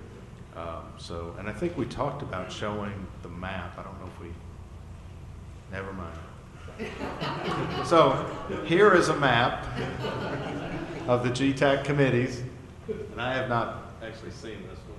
Is this, so and I guess with the, I don't know if people can see this with the lights, but it actually shows where the committee members have come from. And if you, every map we look at of Texas in these meetings, you always see kind of the same scatter, right? Because it goes along with the population. Although I think if you look, El Paso has a fair amount of representation, but we struggle with this. We pay a lot of attention to this. Chief Riley, myself, and Judge Deloach are the ones that work on the committees with each committee chair. So I don't know what else to say. We're trying. Right, and I'll tell you, Dr. Greenberg, that what started our process in Iraq is that we try to support our members. We advertise at our Iraq meetings. We actually had 3 people that submitted to the committee last year that were from our region, and they all got passed up, and we understand that. That's what we tried to address in the letter, is just for consideration for the next one. And I think James turned the lights down on the back, so we can see it now. it's time for me to go home. But that was kind of the start of this, the letter to you guys, and visiting with Jody, is that tell us what else we need to do. And it was explained in the last meeting that participation in Austin, facial recognition, being here, we understand that. We're learning as well. We're a long ways from you guys, and that's what we wanted to do is be a part. Okay. I will add just a little bit, Justin, and as Dr. Greenberg has, one of the things that, and I do remember the guys that you're talking about, one of the things that comes up as well is, it always comes up that, we look at these names and nobody knows who they are. There may be supporting documentation, there may not be. But, we had a situation where we had an individual applied for the committee, and that individual's EMS director didn't even know that he applied for it. So, that's one of those things that, and the EMS director did not recommend him. So, that's one of those things too that I know when I first got on the education committee, I tried 3 or 4 years and then paid my own way down here and stuff. That's the other thing, is they need to be seen. And I agree with you, because you and I are in the same boat. And we need to have people that represent the Panhandle and the South Plains. And I don't know what the answer is, but just keep sending them down here and keep sending those applications, and we'll do the best we can. Yes, sir. And that's what we learned when we went through this process, and you guys were great. We appreciate it tremendously, explaining what needed to be done and what we could do to become more active, and that's exactly what we were looking for. Okay. Any other comments from anybody about this item, which would include, I think, the selection process, the committee selection process? Okay. All right. Okay. So we will consider that item off of the council agenda for the future, if that's okay with everyone. And we'll still have it for February, Jody, as it will remain on the education until we get met in Amarillo. If you don't mind, I'll probably take it off for February and put it back on the agenda for April when we come. You want that on EMS as well? And if you'll do me a favor, as you and I talked about earlier, if you'll give us a list of specific things, so when we come, we will have had some time to look at it and vet it and get the experts in place and get some recommendations. I don't want to just come out, have 5 or 6 or 7 or 11 of us come out and go, oh, okay, we don't know. So if you can just get us something, we'll get it to everybody and get everybody started. Yes, sir. We will. Thank you. Thank you. Okay. All right. Do you want to continue your report, sir? Sure. Where was it? Oh, As we continue to look at the nomenclature for advanced practice, advanced community, whatever you want to call it, we're still in the working stages. We've asked Kelly to kind of take over that. Mr. Cloud unfortunately had to change jobs, and one of the things that Jay told us was that as he's gotten older, he's now having to get up and make ambulance calls, and he didn't know his body could do that. And he said it's really taken a toll on him, and he's kind of sleeping a lot, so Kelly started to do that. We have some roles and definitions defined, and making sure we've expanded some things in the rural area, looking at insurance and CMS, and trying to make this fit, because we know one size will not definitely fit all. Looking at every community. Since we met the last time, we found a 17th advanced practice, advanced community, whatever you want to end up calling it, medic. We've made contact with 15 of the 16, and 4 of them have actually sent us their curriculum. They've sent us everything that they're using.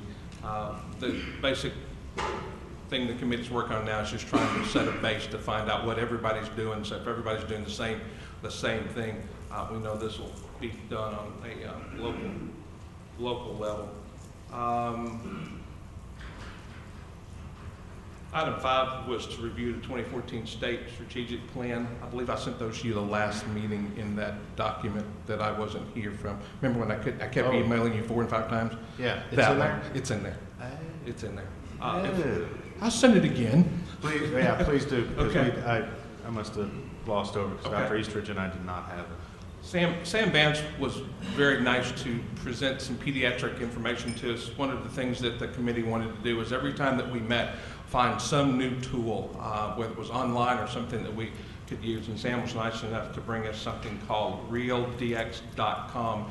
And it's basically a toolkit for peds.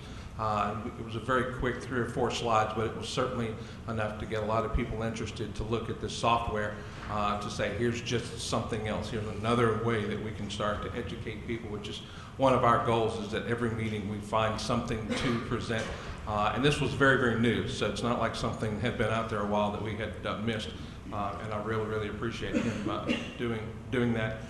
Brett Hart also notified us that the coordinator's course will be June 16th, 17th, and 18th. Applications are due by December 1st. You can go to the DSHS website, and it will be somewhere in Austin. Also looked at trying to build an educator conference. One of the things that we have looked at when you're trying to combine frontier and rural and urban and suburban and state standards and national standards is, let's see if we can start getting groups of people together for input. So we'll be working on that as the time goes on, to have a 1 or 2 day conference for EMS educators. So be looking for flyers from that. Our next meeting will be January 16th at McLennan Community College in Waco. We'll be looking at PEDS. We'll be looking at the stroke hourly requirements and objectives for the curriculum. We'll be looking at how we can help better educate practitioners and students in cases of exposure like Ebola, what best practices are. We'll continue community health medic. We'll look also at gathering data from our partners out west to get ready for the April trip. That's it. All right, thank you. Any questions for Education Committee? As Dudley is coming up for his EMS committee, Eric, Disaster Committee, you actually sort of made a motion, which I'd forgotten. Did you mean, or were you wanting to request that the state look at designation of freestanding facilities? You kind of glossed over that in your report. Yeah, yes. I'm Okay. not sure if I would say designation or typing or identification. I'm a little anxious to say designation, but just because of all the... Gotcha. Designation, categorization, There you go. typing. So that will be an agenda item for the council for next meeting. So, okay, I forgot to pull it. yeah. All right. Who's next? Got what, fighting over it here? You told me you were gonna knock me down if I tried to do that. Okay.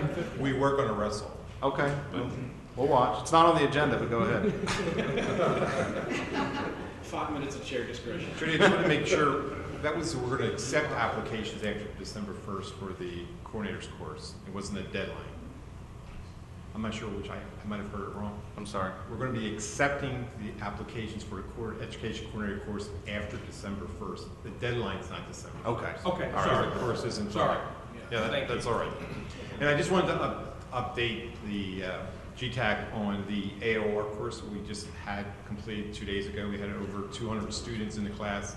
A lot of the people sitting in this room, a lot of the help from Dr. Greenberg and Dr. Beeson. And it was a very successful program. Got really pretty good reviews. Got good reviews from it.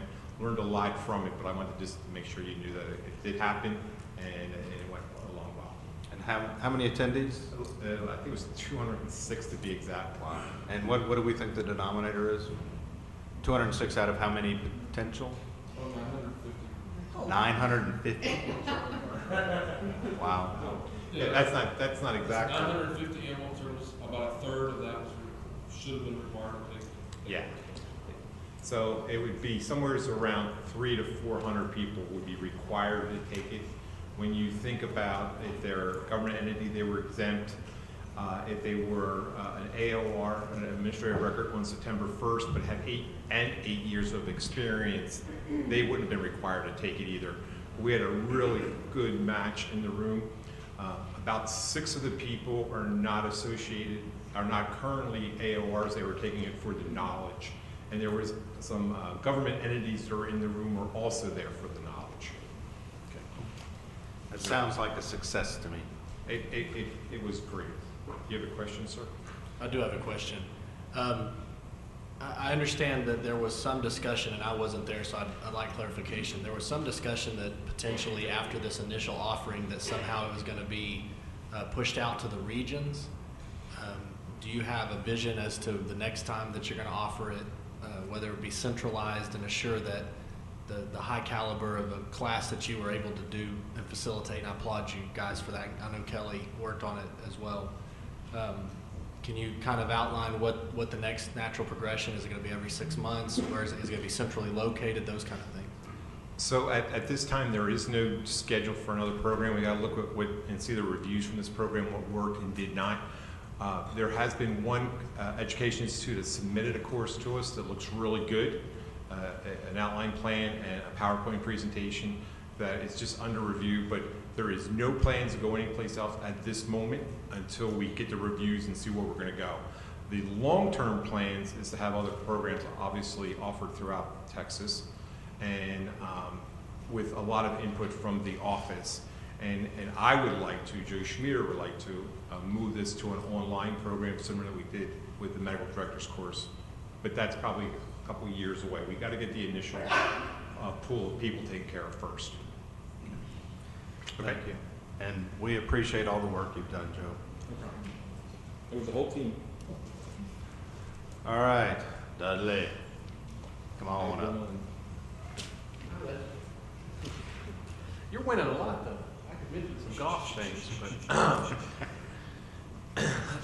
sorry. EMS committee met yesterday right before lunch, and we went through the accomplishments of the EMS committee. It caught us a little off guard too, so we tried to come up with a list of things, and I can email that in our notes. By the way, the EMS committee, not that I'm challenging other committees, but if you look at the pages for the different committees, I think you'll see more minutes from our committee than anybody else's. But anyway, finally we do something well. You know, I'm pretty excited about that. Part of ours, part of that were several road trips that we've done around the state, 5 or 6 in the last 5 or 6 years, and for different needs, several around fraud, decreasing fraud in our industry and those type of things, eliciting input on Chapter 157. Changes to the EMS subscription program was another one. We did some work on EMS as an essential service. We considered that a milestone because we actually sat and talked about it for quite some time, although it never went anywhere. And then we also did, a few years back, a white paper and a stakeholder meeting on control of, on proper control and regulation of controlled meds. And we utilized DEA and DPS in that process as well, so we thought that was another one. Trying to think up some others. I mean, we've been around since GETAC's been around, so we're trying to come up with some other things, looking back through notes and minutes and that kind of thing, so we can probably expound upon that a little bit, I would think. We discussed the Ebola preparedness update. The only thing that hasn't been brought up so far on that from the other committees that came up in ours that I thought was really beneficial, and I know it was in our community, is that we're really using this to focus more. We are focusing and trying to be prepared for another possible Ebola case in our service area, but we're also using it in an effort to remind and encourage and educate and prepare our medics for overall infectious disease prevention and control. There are a lot of diseases out there that are much more prevalent in our communities that are bad for our medics to acquire, and we are somewhat spoiled, and occasionally we need a few of these. We had H1N1 in 2009, and now we've had Ebola. Each one of these, I think it notches up the suspicion of the medic in the field a notch higher, and so we had some good discussion about that. Chapter 157, rule revision. We put this on our agenda to see the status of that. The EMS committee, it's one of the things on our accomplishments, was a series of road trips back in 2011 and 12, I think, where we elicited stakeholder input. EMS committee looked at all of Chapter 157 with the exception of the sections on racks and the trauma system. And we went through it stem to stern, and we turned in a ton of recommendations. And so the DSHS has stated that it's time to start getting ready to dig into those. And so we plan on holding a work group meeting on the 11th. And we're posting it because we think we'll probably have a good response from our committee, and we'll probably meet a quorum, so we're going to post it as an open meeting to start the review process of the work that Joe and his team have done. We turned in a ton of stuff, and so we thought the best thing would be to start through that and discussing it with the committee. Yesterday, we determined that we're going to start with 157.11, which is the meatiest chapter that there is. That's the EMS provider chapter, so ambulance licensing. And then we'll start going through the other ones as well. We anticipate, based upon how long it took us to take input and formulate recommendations for change, and Joe explaining that it's been an extensive process and there's a lot of changes, we anticipate that this will take more than one meeting, and so this will probably be yet another EMS committee roadshow around the state. But those have been extremely popular in the past and have gotten a ton of good input, so our committee really enjoys kind of going out there and doing that. Jody does it once a quarter as well with his committee, and like he talked about, it really is a great way to see what's going on around the state and to get that input. So it's been successful every time, so I imagine we'll come back in February having a rash of those, if that's okay with the council, scheduled and moving forward so that we can keep that ball rolling. We don't want to get in the way. There's a certain amount of angst and desire of DSHS to get this project done, and so that's going to require us to kind of move pretty quick and nimble once we see what happens on the 11th of December. Okay, so is that a request to the council? Yes, that we would like the permission to do that based upon the outcome of the meeting on December 11th. If we get through it, it's real easy and there's like 5 changes, we may not need to do it. Okay. I don't think that's going to be the case. So you're going to meet December the 11th to discuss? December the 11th at the Pickle Center in Austin. Okay. And then that's the initial meeting to start reviewing the rules. We're going to meet from 10 until about 4, I think, is our posted time. It's my anticipation, just from what it took to get through it originally, that we're not going to get all the way through. Okay. But if you do get all the way through, then you want to start road trips? We'll probably start the road trips anyway and continue that progress as we go around the state. Okay. So is council okay with it? They will be representing council in those road trips. Okay. Looks like it's okay. Another item for council, the EMS committee, we had an agenda on there to meet with the air medical committee, and we didn't have good communication. I didn't have good communication with them before the meeting. And so there were representatives in our meeting, and we had some good discussion. Some issues came up in our August meeting in public comment, that there was a concern that in some areas of the state that there was a possibility that some air medical providers were approaching, and the example used at the time was oil field workers or oil field companies, and encouraging them might not even be the right word, but there was discussions had about if there was somebody injured due to the remote nature of some of these oil well sites, that they should dial a 10-digit number to request a helicopter. And although not really saying not to call 911, but not saying call 911 and that they'll request the helicopter. That caused some concern for some of our rural partners, and that's where the concern came from. Since the meeting in August, myself and several members of the EMS committee were approached by people on the telephone and via email with a number of concerns that this may be a wider spread problem. So we had a long discussion about it at our committee.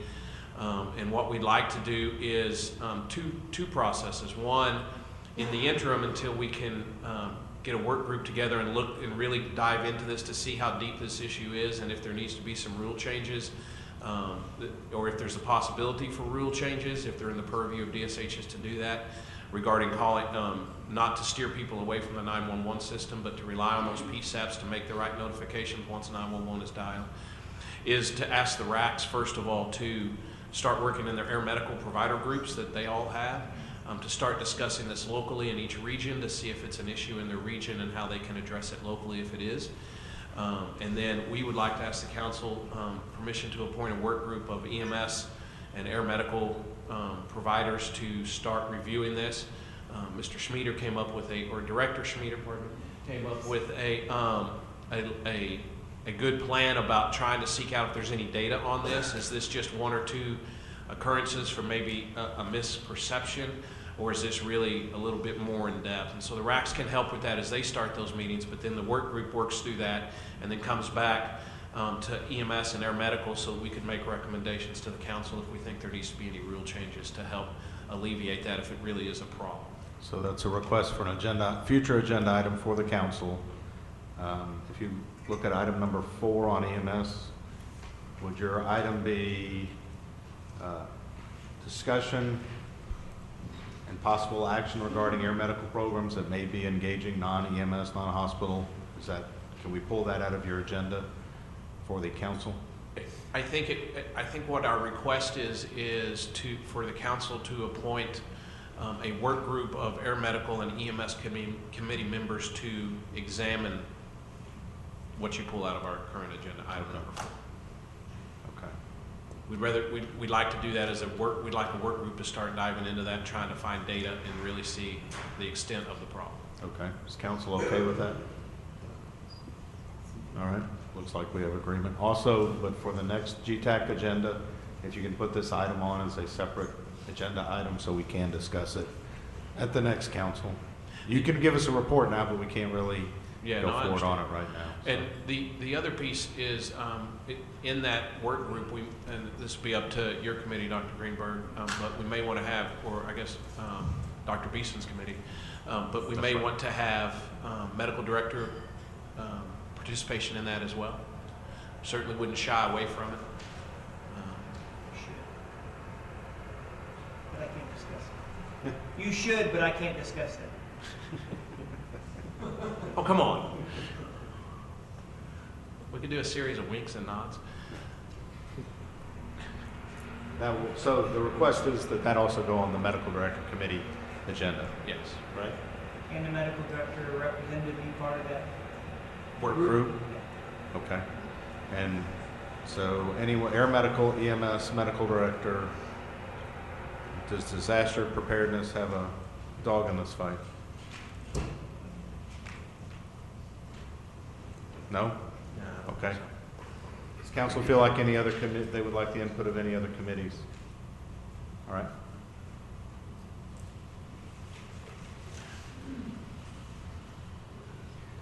Continue Next, we talked about an agenda item that was on several folks' agenda. You heard our medical report on it as well, and it was the issue of EMS crews not leaving reports at the hospital in accordance with the rule in Chapter 157.11. We brought Jennifer Gardner up from the Dallas-Fort Worth area RAC. She's actually hosting a work group that is delving into this. It's a 6-month project they're doing to try to develop a series of best practices and try to resolve this issue up here. Really believe this is a local issue, but we're interested in seeing what that work group comes up with.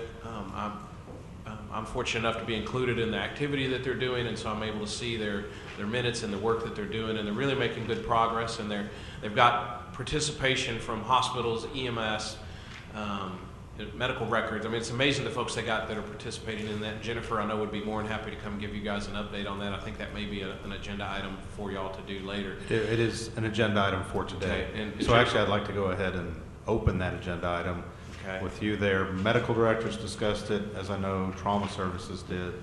I don't remember what other committees did. I don't know if Jory is still in the room. But trauma. I'd like to go ahead and have that discussion now, as long as you're here. Yeah, I'm fine. So we don't have to revisit it. Where we went with it was really, we're getting ready to start the rule review process. Part of Jennifer's work is going to be possible rule recommendations out of the work that they're doing.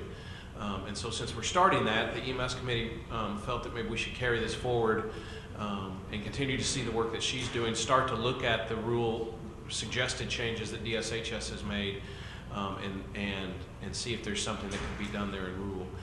We had a pretty lengthy discussion in our committee, and I know the other committees did too. I wasn't able to attend too many of them due to the Ambus event that I was at, but really what we've come up with is the eventual solution to this is a technology solution, and that is that we break down the barriers between field EPCR tools and hospital electronic medical record systems, where eventually I get done with my electronic chart in the field, and instead of having to handwrite something, go back to 1990 and handwrite something to leave with the hospital, that I hit upload and a tab opens up in the emergency medical record that has all of my pre-hospital data. And I go back and finish my report, and that tab gets updated. And I do an addendum 3 days from now, and that tab gets updated. So that it's actually a part of the patient care record, and it's a constant piece of the pie. There's been discussions between electronic medical record companies and EPCR vendors, and I think that is the eventual solution. That was really what we felt, but our plan as a committee is to continue forward looking at the possible rule change recommendations coming out of North Central Texas, as well as the overall rule changes that DSHS is recommending. So. Okay. What is the rule change from DSHS? I'm not aware of one. Well, we haven't seen them either. So, but it's going to be. Well, they're looking at me like they haven't seen it either. We're starting at one. Well, they may not have any recommended rule changes to that. There are some things, just because of the language, we probably need to update into the 21st century, dealing with electronic medical records and that. There was a question at the end of our committee meeting because it says a full, complete written record will be left at the hospital, and some folks have had a question that if there. It doesn't say that. So. Yeah, it's within 24 hours, I think. So let's go ahead and open this item because it is an action item. I'll now change hats and speak as the chair of the medical director committee. We looked at this issue. Excuse me. Wait, who's chair till February? Yeah, past chair. Anyway, halfway through this meeting, we'll divvy it up. Well, yeah. Why don't you answer this? Oh, never mind.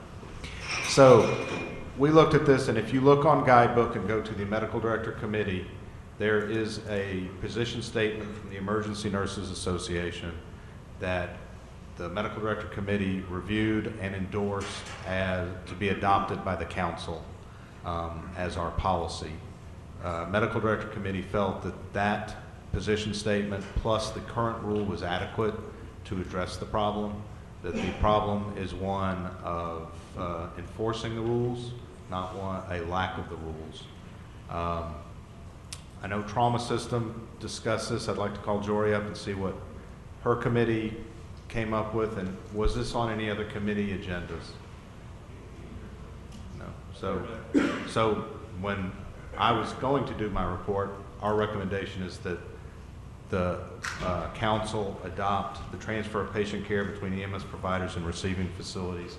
Again, anyone on the council can review that on guidebook under the medical directors committee attachments.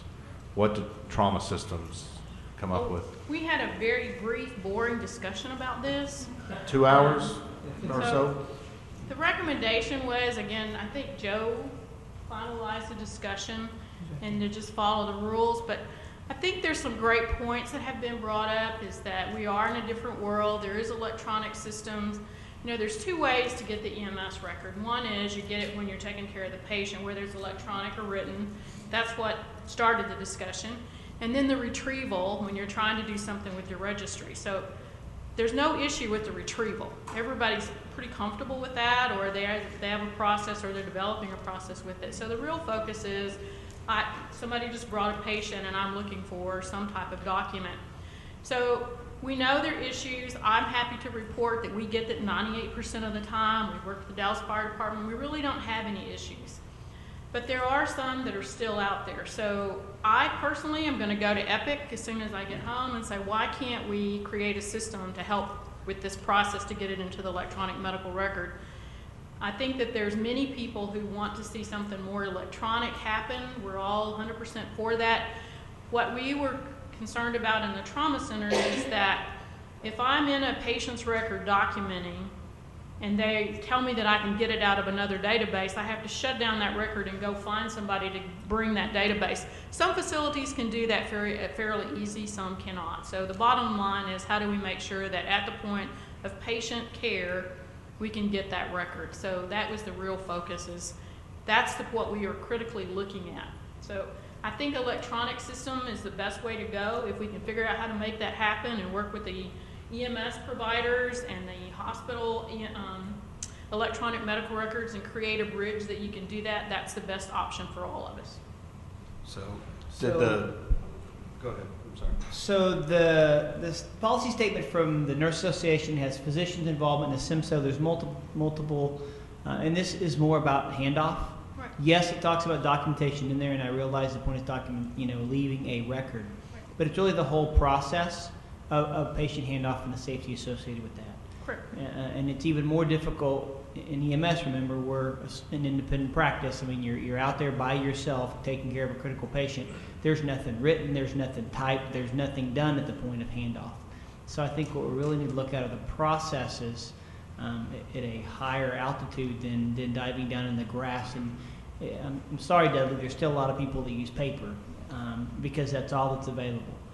And so we need to, is it less of a wording and more of a process issue? And I think that's what the paper really looks at, or the position looks at.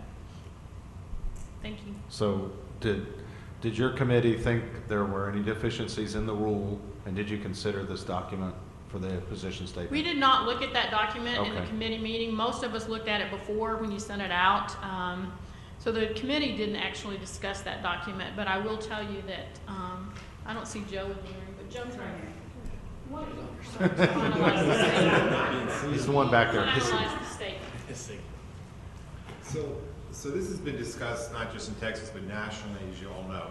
And the issue is not the PCR after you're done the call. The issue is what Dr. Beeson has said, the kind of handoff, that there has to be some process. And I know our rule says it has to be written, but I also know that the position of the department is it can be written, it can be electronic, but something has to be there so when the nurses and doctors walk in and treat that patient, when we drop and before we get back to the station, we put in the full PCR. It is about the continuous care of that patient to ensure safe delivery, that they know what we did. So that's the issue. It seems like we're in a whole bunch of different fields here. Jane, I know you and I had a lot of discussion on this also. I don't know if I summarized it good. I think you did well. Yeah, that's the issue. And I think, Jerry, you had talked about how you have this moment of silence, or whatever you call it, when I bring a patient in, everyone shuts up, and I give a report. We're looking for something in place to ensure that information is transferred before we leave the building and someone writes it down. What he's talking about is we tried to implement, or we have implemented, when most of the time we're good with it, and sometimes we're not, and that's part of our PI process, but we call it the 30-second rule. So when the paramedics bring a patient in, the nurse is taught to stop the stretcher and then look the paramedic straight in the eye and say, you've got 30 seconds to give us a report, and get that report directly from the paramedic so that the room is quiet and everybody's listening to the paramedic. Now, we're going live with video recording all of our trauma resuscitations, probably January the 1st. And so we'll be able to get better feedback on how many times that happens and how many times there's an obstacle with that. But you're right, it's all about the handoff and the communication, and it stops people from having to run, go find somebody, you've been there to buy a tail, what did you tell me what was going on here? But the written documentation, whether it's electronic or handwritten, turned out to be an issue because there were people telling us they no longer had to do that. So as far as I'm concerned, it's not an issue for Parkland. If we can help other people make decisions about it, then it's a good thing. The bottom line is we're going to try to move forward with that electronic piece to see if we can get it from the paramedics into our system electronically. Yeah, I mean, how you implement it, I think, is a local issue. Right. The issue for the council would be, do we think there needs to be a rule change? And then, because the medical director committee has brought this forward, I'd like the council to consider this document, either to endorse it or to send it back out for official feedback from the other committees. So the last thing I just want to say, and I've said this in all the other meetings, it really is about the patient, you know. So Meghan Trainor sings a song, it's all about the bass. If we could just take the bass out and put the patient in there, it's all about the patient. Question for Kathy. In this cleanup bill that is going through, is there consideration for actual terminology such as written to be more involvement of the electronic era, or is that part of the cleanup bill? Yes, absolutely. And one of the things I said, because people were talking about, well, are we going to accept electronic? Of course we'd accept electronic. But what we were also hearing was that big EMS companies were doing it electronically. Some hospitals couldn't accept it yet, but from their perspective, they were doing what they had to the EMS. Well, no, that's not the spirit of the current rule, is to exchange the information for a continuum of care. And so, yes, as we go through this rule process, we will certainly look at some of those words written or electronic, but the idea is the exchange of the information. That's what we're trying to get at. So I just have a couple of interjections, not reflective of any particular specifics, but in order for a message to be received, somebody has to be receptive to the message. So I think that what we find is that when people have gone to EMRs and they have worked really hard at reducing paper, the last thing that they have a place to store and or keep track of is a paper record. So it's difficult to put the onus on the provider, the EMS provider, to put a regulation on us that right now really is kind of ambiguous. As we go into the technology age where the EMS has to provide it, but if there's no means to place that feedback, then we're right back to where we started from. It's the same thing with the 12-lead ECG. Transmission of 12-lead ECG is excellent if it's going to affect an outcome and they can receive it. But making blanket statements that those are effective in areas that can't receive those items doesn't help. So I think that we need to make sure that if we're going to put the onus on the provider, which I agree it's about the patient, but the real facts of the matter are, in a lot of cases, an EMS agency can only provide what somebody's willing to receive. And so I hope that a best practices scenario could come out that involves everybody, that makes it a global issue of the handoff and not just place it back on the onus of the EMS provider. Dr. Greenberg, can we get a copy in our packet so that we can have time to review that particular document? It's on guidebook under the medical director agenda. Yeah, so it's there. And again, if the council does not want to take action on it today, that's okay. I would just like us to consider whether or not we want to take action on it. Turning it back to committees or putting it off till the next meeting is certainly acceptable. I just think we should consider it. I know it wasn't on everybody's committee, so it doesn't have to be on everybody's committee. No, but I mean, it wasn't. Council will take action on something that's on nobody's committee. I would like for it to be on the education. Okay. All right. Dudley, do you have any further comments on this issue? And then I'll ask council to discuss and figure out how we're going to take action. Yeah, I was reviewing that document from the medical directors. And I'm not asking people to try to review something in the heat of the meeting and then approve it and later go, oh my God, why did we approve that? So yeah, it was actually, I mean, it's short. It's basically one page, and it almost reflects the rule, paragraph by paragraph. I mean, it really does. Just one other piece of this. There has been a lot of work, and I think, and maybe if y'all would hear, I think maybe Jennifer giving you an update on the status of their work group might be beneficial as well after I'm done, before y'all discuss it, just so you can kind of hear what they're learning. But what we've experienced in our area is that there's actually a three-stage process here, or maybe a three-step process. One is that we need a patient care report that can follow the patient through the hospital for the clinicians that are caring for the patient, so they can look and see, while caring for the patient, what was done for them pre-hospitally. What was the condition, what were the vital signs, EKG, whatever that piece may be, whatever is wrong with that patient. The second piece of that is that now there are, because of the work of several folks in this room and the council, there are now more than just trauma needing that report.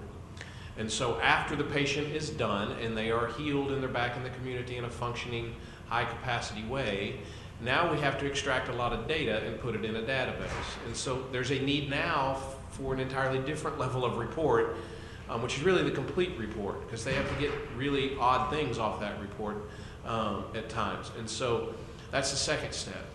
And then the third step that is always kind of left off in these discussions, and I'm going to bring it up just because after 14 years of this, it continues to get stuck in my craw, and it came up in our committee meeting, which is there is now a third step, which is EMS agencies desiring to have outcome data so that they can improve the level of care and the protocols that they're using to treat the patients that got the patient to the ER in the first place.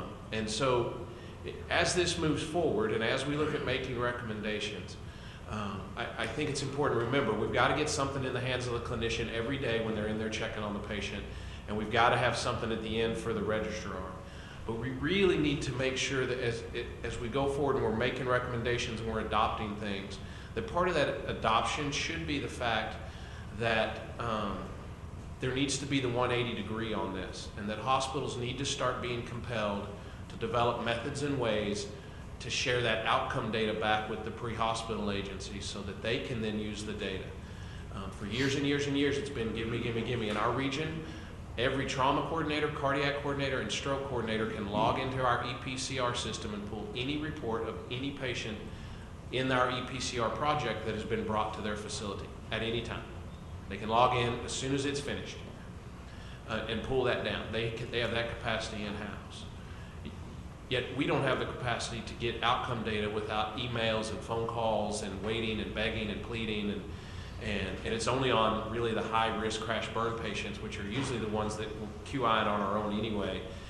But it's the other patients that we encounter on a day-to-day basis that outcome data could be beneficial. So that would be my only other piece, is as the council starts discussing and deliberating this, that we not forget that we are now at a place in the maturation of EMS where we are requesting a data flow the other way in a much louder voice than I think we ever have in the past. Can you or can somebody summarize quickly for me what that would look like as an agenda item for the next council?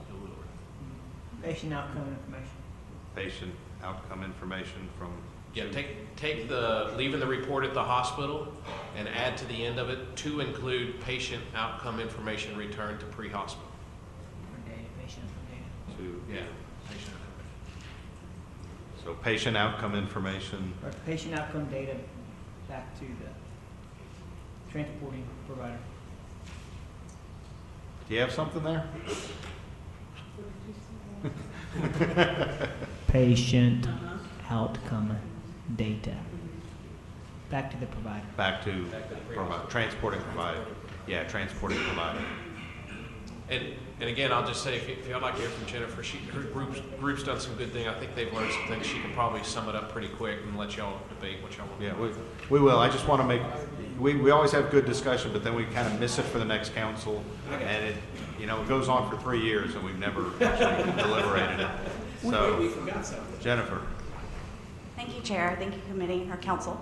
I want to commend my PDCA project participants, because these people volunteered for their role in this project because they live day in and day out in these processes. So we have trauma registrars, trauma directors, trauma coordinators, PI people.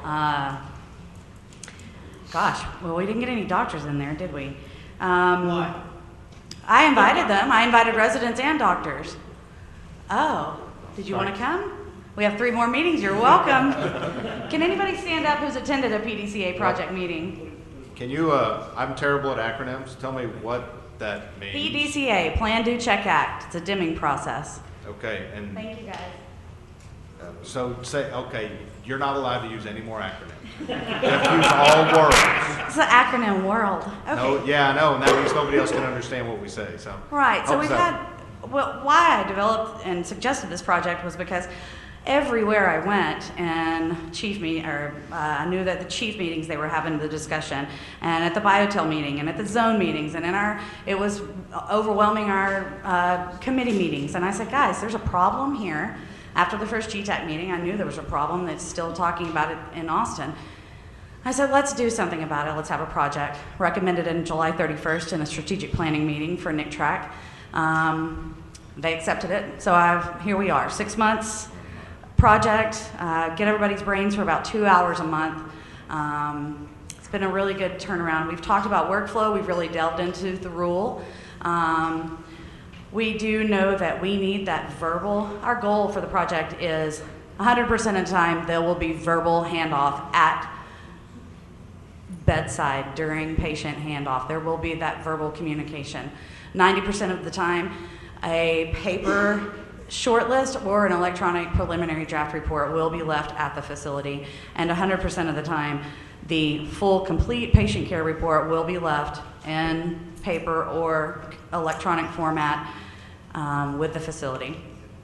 Who is this a project? You got to help me out here. Who is this a project for? My Are we region. talking? What's that? My region. Which is your region is? Oh, excuse You me. got to help me here. Oh, Help me, okay. help me. Hi, I'm Jennifer Gardner, Clinical Informatics Manager from the North Central Texas Trauma Regional Advisory Council. Okay. Thank you. Thank you. I mean, seriously, I think we all want to get our arms around this. but Okay, so not we're understanding. TSAE region. Okay. All right. Jory Klein the Trauma Work Group Committee brought an action item in August of 2014 to the GETAC Council saying that there was a problem with the handoff of EPCR reports in our region. I then discussed the fact that we had already been proactive in that manner and addressed that we were developing a project to address this issue. Since then, at least 44 participants from our region have been convening to discuss this rule and the way that our workflow works in different successful stories and not so successful stories across our region. Okay. What has come out of it is we will be developing a regional standard that will be showcased in our EMS plan, and it will circle around a lot of the ruling 157.11. We also have a pilot project because one of the problems that we identified preliminary was that even though the trauma registrars like to be able to access the record retroactively in some of these patient portals from different vendors, there were still vendors out there that would not allow them to access it without paying first for that service. We invited those vendors to answer to those types of questions. And some of them voiced that yes, there was in fact a rather large fee to each hospital who wanted access to those portals. We have since taken vendor A and our regional vendor B, who handles our regional registry, and one of our local regional partners, EMS and Fire, is working with that one vendor to drop in an application program interface to drop that data into our discrete data into our regional registry, where in fact we'll be able to take a snapshot. It's kind of a PDF of the EPCR, which will be broadcasted to our hospital hub, which is what we hope to be a regional EPCR sort of clearinghouse. They will have that immediately at point of care, and then they also will have the full patient care report upon post available. The next portion of that is to, of course, drop that discrete data into the hospital's EHR or into the hospital's trauma registry so that they can pre-populate some of their fields for the trauma registrar and facilitate closed feedback loop to the EMS agency so that they can have a rewarding job because they know Granny made it to the hospital and Granny's doing better. And I'm going to end with a Granny comment because my mouth is very dry. Is there any questions with me? Does anybody else from the project want to speak on my behalf or on our behalf of the region? So, had you or anyone else from the project think the rule needs to be changed. Again, the council is to advise the department about rule changes. All this stuff is great, but our job is really to talk about the rule and to give the Department of Health guidance. Yes, So- we believe that there needs to be a comment about that verbal handoff at the patient transfer between EMS fire and between the receiving hospital.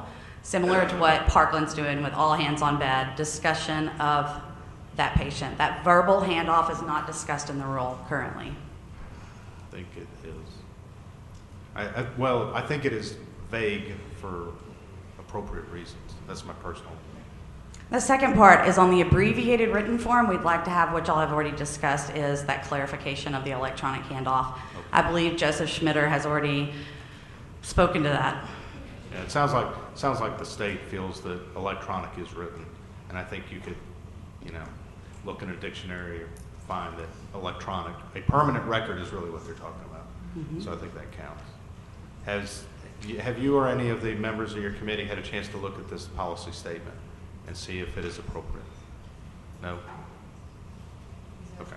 Is he asking me? Oh, I don't Anybody. know what you're referring to, sir. Okay, that's fine. Okay, so thank you. We would like to.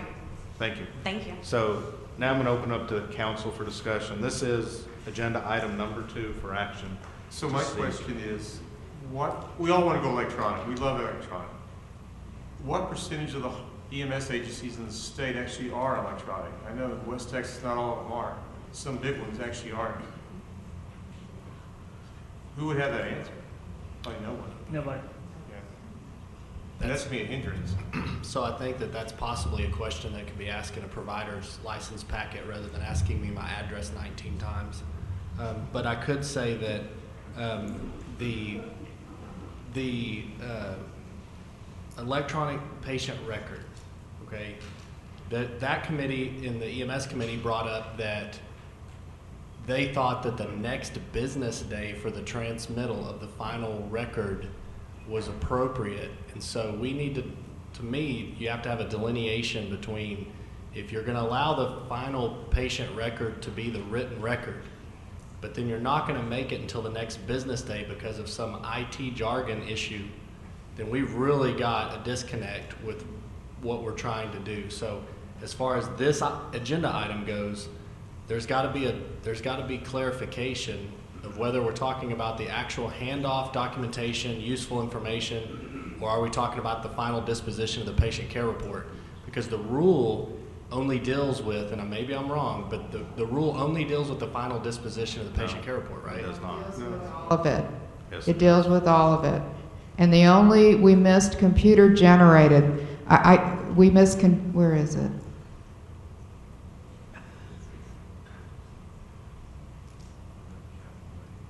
What's the rule? It 157. says, if in response pending status, an abbreviated written report shall be provided at the time the patient is delivered, and a full written or computer-generated report shall be delivered to the facility within 1 business day. Everywhere we say written, we also say computer-generated. Just that one place, we didn't say computer-generated in the rule. We talk about an abbreviated report that has to be given, and then you have the full report that you have a day to give. It's really not badly written, except we missed that computer-generated on that one place, because the assumption being you're going to do it quickly and you're going to hand it. That's an easy fix. Right. But the rule is really, I read back and listening to all the conversation, and the rule is written pretty well to allow both the computer or written options.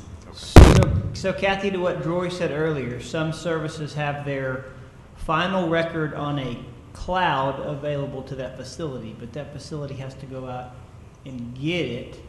So technically that meets the rule because it's made available. Isn't that what the word says, the wording says?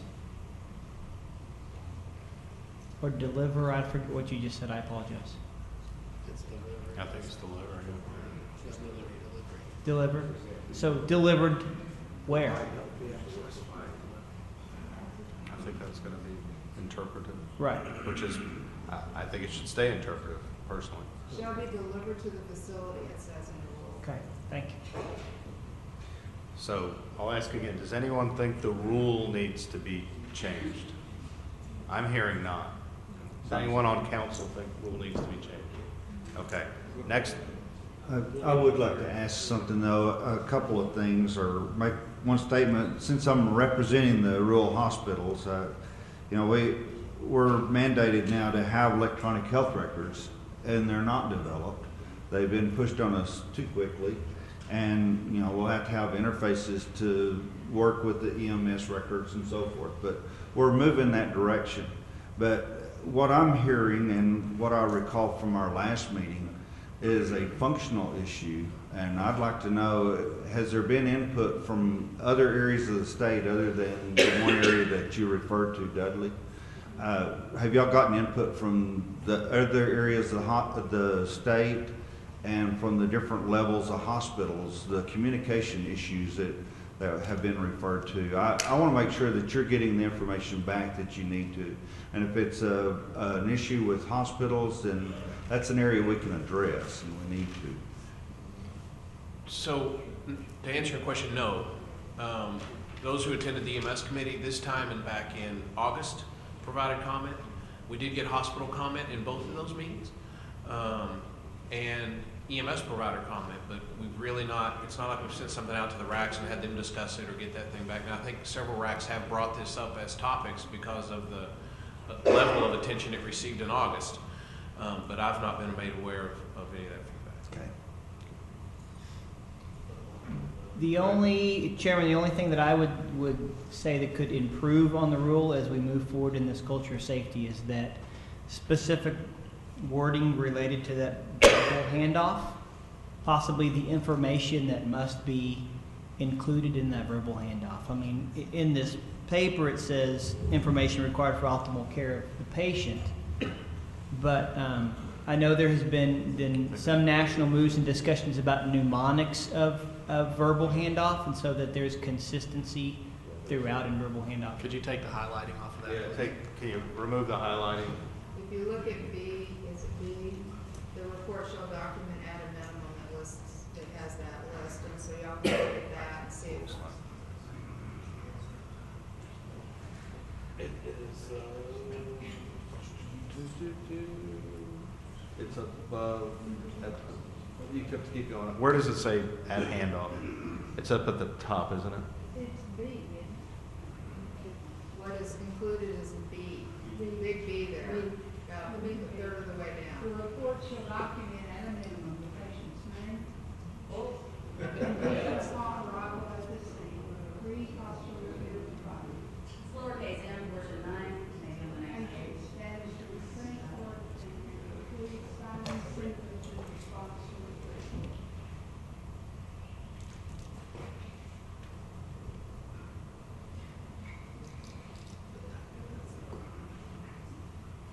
Is that the final or is that the at patient? No, that's when they're handing off the I think patient. we're running off the. When they walk in the door, that 30 seconds on the That's the written report. That's the complete report. Can you scroll up? I think there's further above. No, stop. No.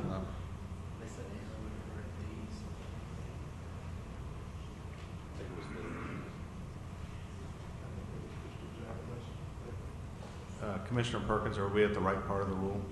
Yes. Okay. Assuring that, it's number 9, assuring that the patient care reports are provided to emergency facilities receiving the patient. Then it goes down and lists it. They can be written or computer generated. A report shall document at a minimum. It lists everything she was just reading. When operationally feasible, the report should be provided to the receiving facility at the time the patient is delivered, and or if in a response pending status, and then it says you can give an abbreviated, and then you have to give the full one within a day. All right. So there is no discussion in the rule about a verbal report at point of patient transfer. Well, I think, I'm going to interpret this, and I'd ask for the state. I think it is moved on purpose to not require verbal or written or verbal and written. I think that is left to, again, what we keep talking about is the rule adequate for all of the localities to be able to come to an agreement? And we even heard that what prompted this whole discussion was a local problem, not a rule problem. Is that correct? Yes, and one of the arguments, I think, is in D, an abbreviated written report shall be provided, and I think that's the only place we didn't put or computer generated. And some people are saying it should be there too. If everywhere else it says written or computer generated, so our interpretation would be written with or computer generated, and D is appropriate. Now, if you want to add in there for that response ready status, you want to specify what you want in that abbreviated report, that's something you could make suggestions on. Okay. So is that the will of the council to make suggestions in that portion? I think the rule is satisfactory. I do too. It's a personnel problem. I mean, a rule can't cover everything. If you specifically write down everything, you can't write down everything. That rule is plenty. I mean, it gets the point across. You go in, you tell them what needs to be done to take care of the patient. I can't imagine that they need more than that. Am I missing something? I know I'm just a public member, but that rule seems pretty clear. Dudley, am I missing something? I know you want your information back, and I agree. You need your information back. But does that rule not cover when you deliver a patient? It does. I think Dr. Beeson is exactly correct. I think the rule covers that, and I think it does it fine. There is nothing there about verbal report. But in the discussion back and forth, it occurred to me, I mean, I remember when this came up and was inserted into rule, and at the time, we didn't do what Jory is encouraging us to do now, which is to make sure that we're focused on the patient care. At the time this was inserted into rule, this came into rule way back in the early 2000s, the same time we put numbers on the side of the truck and a few other things. And when this came up, it was because the huge majority of the state was doing paper run reports. The trauma coordinators were not getting them, and they didn't have a way to get them, and that is why you see this. This was originally driven to make sure the trauma coordinator got a paper report to do the tracking afterwards. And so it was thought, if we don't leave it when we're there, at least leave something that gives us some idea of what you did, because that may be the only thing we get. And that included what agency dropped the patient off and things like that, so at least they could make a phone call and attempt to get a fax of a handwritten report. And so we progressed some, and so maybe there is some room to add some of that in there. Verbal reports, the mnemonic stuff, I think Dr. Greenberg sent that out to everybody after the last meeting. Maybe there is some room for that. The requirement on an EMS provider to leave a report, to leave it timely, to me as an EMS provider is pretty stinking clear in that rule about what my requirements are. So, and I think it covers, from an operator standpoint, it covers what our requirements are. Okay. I think there could be more we could add to make the process better, but that covers it. Mr. Chairman, I call for the question. Okay. Thank you. So actually the item before us is number 2, committee feedback on the progress of EMS patient care reports provided to receiving facilities, which is what we've been discussing. I think the question is, does the council want to recommend any rule changes to the state? So, is that the question? Yes. So does anybody feel like we need to change the state rule? Make recommendations, I can't say change. Make recommendations to the state. Okay, so hearing none, I would say the will of the council is not to change the rule. Okay.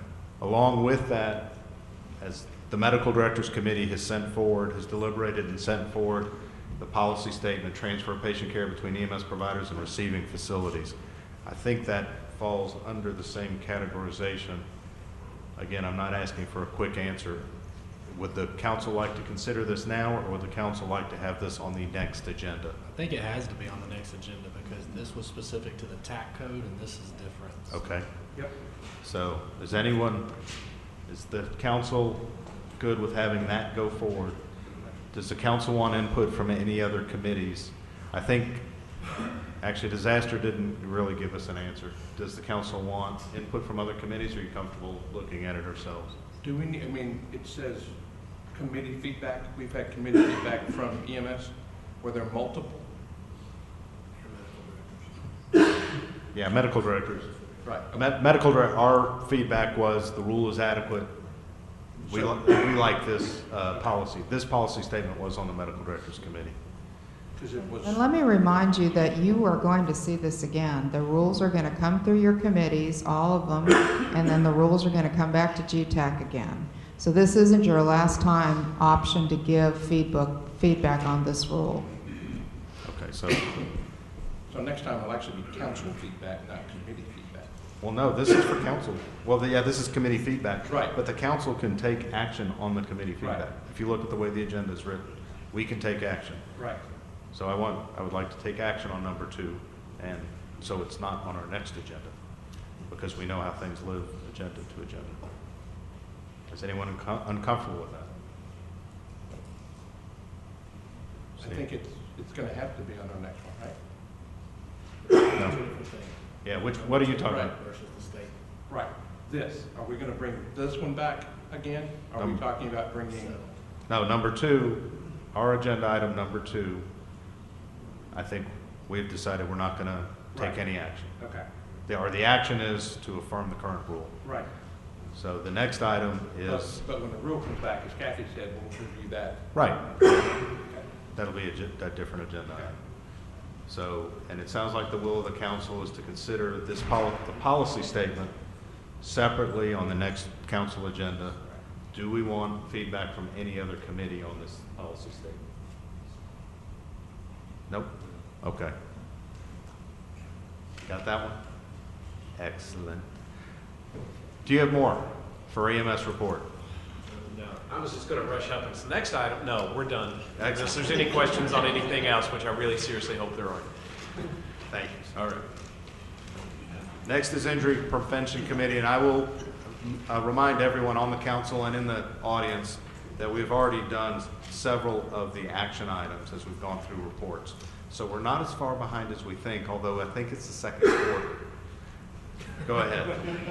And let me just say, I hope my committee report doesn't go as long as Dudley's did. Actually, stroke is the one. You do have 2 items on here. Yes. Number 5 and number 6.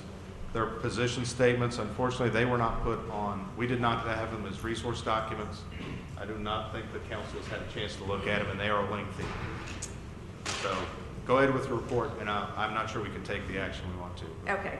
The Injury Prevention Committee met on Saturday. We had 6 openings for the committee this time, and we had 6 applications. So Mary Ann Contreras and Stuart Williams were reappointed to the committee, and then we'll welcome 4 new members to the committee for the February meeting. We did discuss the accomplishments of the committee. Just for the length of time, or in the interest of time, I'm not going to go through all those. I will send them to Dishes and to Chief Riley. 2 of our accomplishments are actually the agenda items that were on the agenda. Our committee did not have any discussion regarding Ebola, and there were no comments from the audience as well. We had some liaison reports from the Texas Trauma Coordinators Forum, as well as TTAF, just updates on their activities. We did have discussion regarding reports that we'd like to get from Trauma Registry.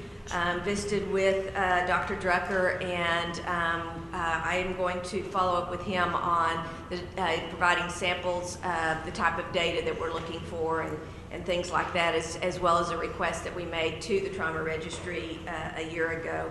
And then Dr. Drucker is going to come to our February meeting and also give a report on the injury indicators information that he is working on for the Centers for Disease Control.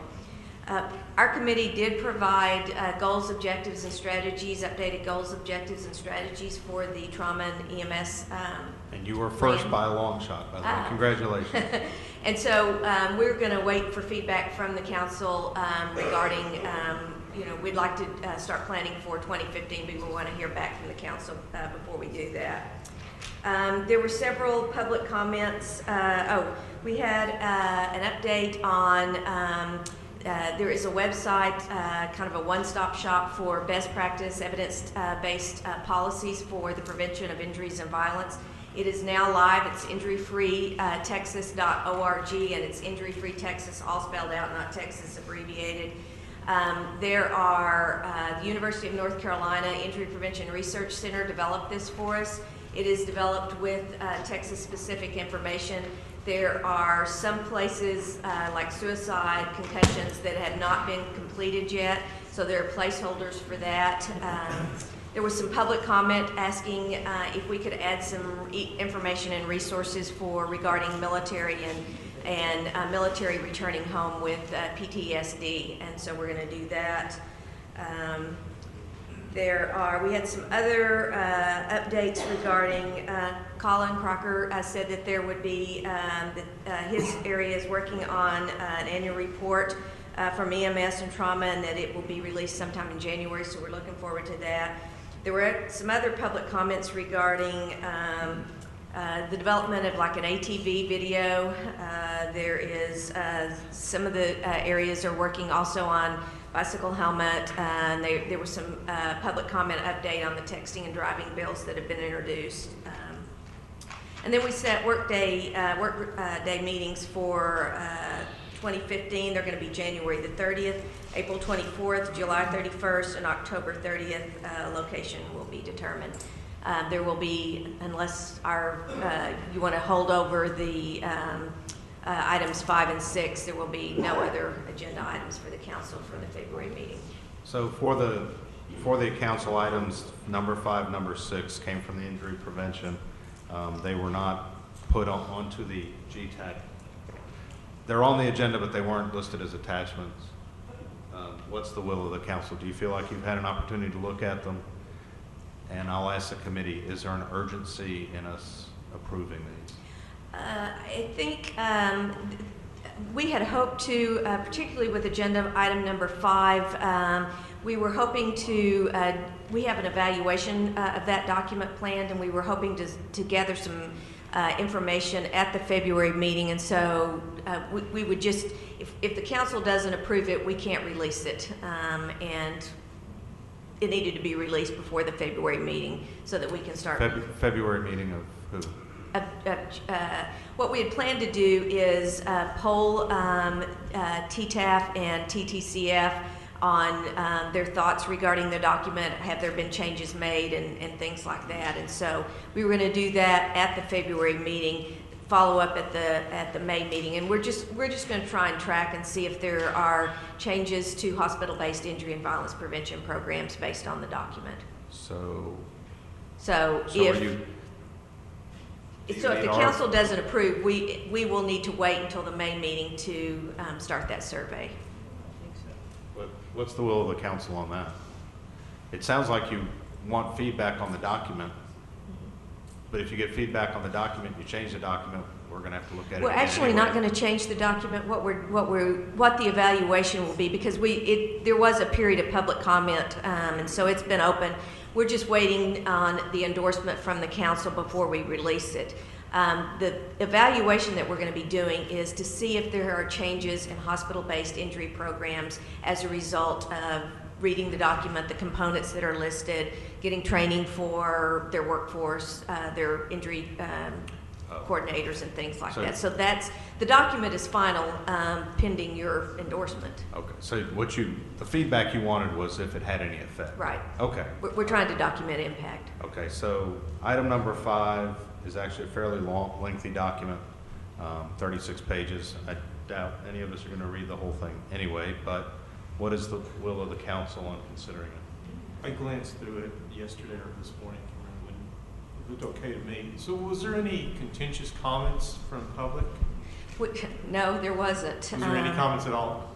No, Okay. not to my knowledge. I will say that when we started this process in January of this year, we tried to involve as many stakeholders as possible. So we gathered input from TTAF, TTCF, Texas Trauma Coordinators Forum, various RACs, and the intent was that this would be a document that would go across all types of injury programs, regardless of whether it's a level 1 or a level 4. So it would be applicable to any type of program. And so part of what it is we developed, and it was also based on not only the input, but like the American College of Surgeons Orange Book on the new considerations for injury prevention programs, as well as the Safe States Alliance, which is the National Injury and Violence Prevention Association. They have a document on building safer states. So there were a lot of things that were taken into consideration. What we did was develop 5 core components of a hospital-based injury program. And then a lot of the 36 pages are how can you meet those 5 core components. A lot of references and supporting stuff. Right. Mr. Chair, I actually attended the meeting in Coastal Bend for the injury prevention, and I think a lot of this was for them to move forward to try to find and get information, not that it was a document that we would probably take a lot of action on anyway. So are you recommending we endorse it? Yes. Okay, so there we go. So we have a motion and a second to endorse the document. That helps us move forward. That's good. Is anyone opposed to doing so? I have not read it, so. But I'm okay with it. I mean, that's what the committees are for. The committees are to do the work for us. Just to make sure. So if a hospital chooses to opt out of most of this stuff, there's no punitive measures? No, this was not meant to be a rule change. It was just recommendations. So, right. I mean, it's entirely up to the hospitals whether they want to use it or not. Whose name will be carried on it? Is this going to be a DSHS document? Or is it going to be? Actually, I think what we say on it is it's hospital-based injury prevention components, and it's developed by the Governor's EMS and Trauma Advisory Council Injury Prevention Committee to assist hospital-based injury programs to enhance their injury prevention programs. Okay. All right. So GETAC would. We have a motion and a second. Any further discussion about endorsing? All in favor? Say aye. Is anyone opposed? You have our endorsement. Okay. Now, let's go to number 6. Okay. Is it of similar nature? Well, it actually, probably should have talked about this before we talked about number 5, but it is a workforce development position statement, and it basically feeds into one of the components that's listed in the hospital-based injury program components is the need to train and provide continuing education for the injury prevention coordinator or whoever's doing injury prevention within the hospital. And so this is a position statement that just supports that. The genesis of it was in 1999, the Institute of Medicine said that probably the area that the field of injury and violence has least progressed in is training of the workforce. And so it's not talking about educating the individuals to be safer and have safer behavior and things like that. It's literally talking about the training that needs to be provided to the injury and violence prevention workforce. Earlier this year, the Safe States Alliance developed a policy or a position statement on workforce development, and what they call for is the need to assess the needs of the current injury and violence prevention workforce, communicate the value of a skilled workforce to leaders, and equip the workforce with the skills necessary to build and sustain effective injury and violence prevention efforts. So basically, what the Injury Prevention Committee is saying is that we support these recommendations by the Safe States Alliance and want to look to trying to equip the injury and violence prevention workforce better. Shelley, if I remember correctly, there was nothing regulatory in that, correct? No, there's okay. No. It was all suggestive of Right. education and things people should do. Exactly. Okay. I think the key statement's on the bottom of page 2, if you can get down to both fonts. It's bolded, right above references. Yeah. It's just that the council's endorsing your initiative, Right. your statement. It is, right there. Right there, that's it.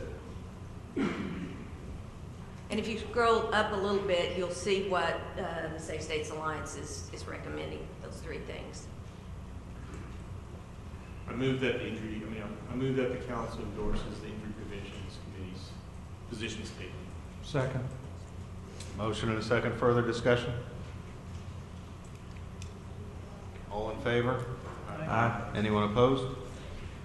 Okay, so we were able to do it. All right. Congratulations. Thank you very much. So items number 5 and 6 are complete on the agenda. I'm assuming that's the end of your report. Yes, that was it. All right, thank you. Next is medical directors. It'll only take me about a half hour. Just kidding. Several of the items that the medical directors discussed, we have already discussed. I can basically summarize it by there are 2 future agenda items the medical directors would like to bring to the council.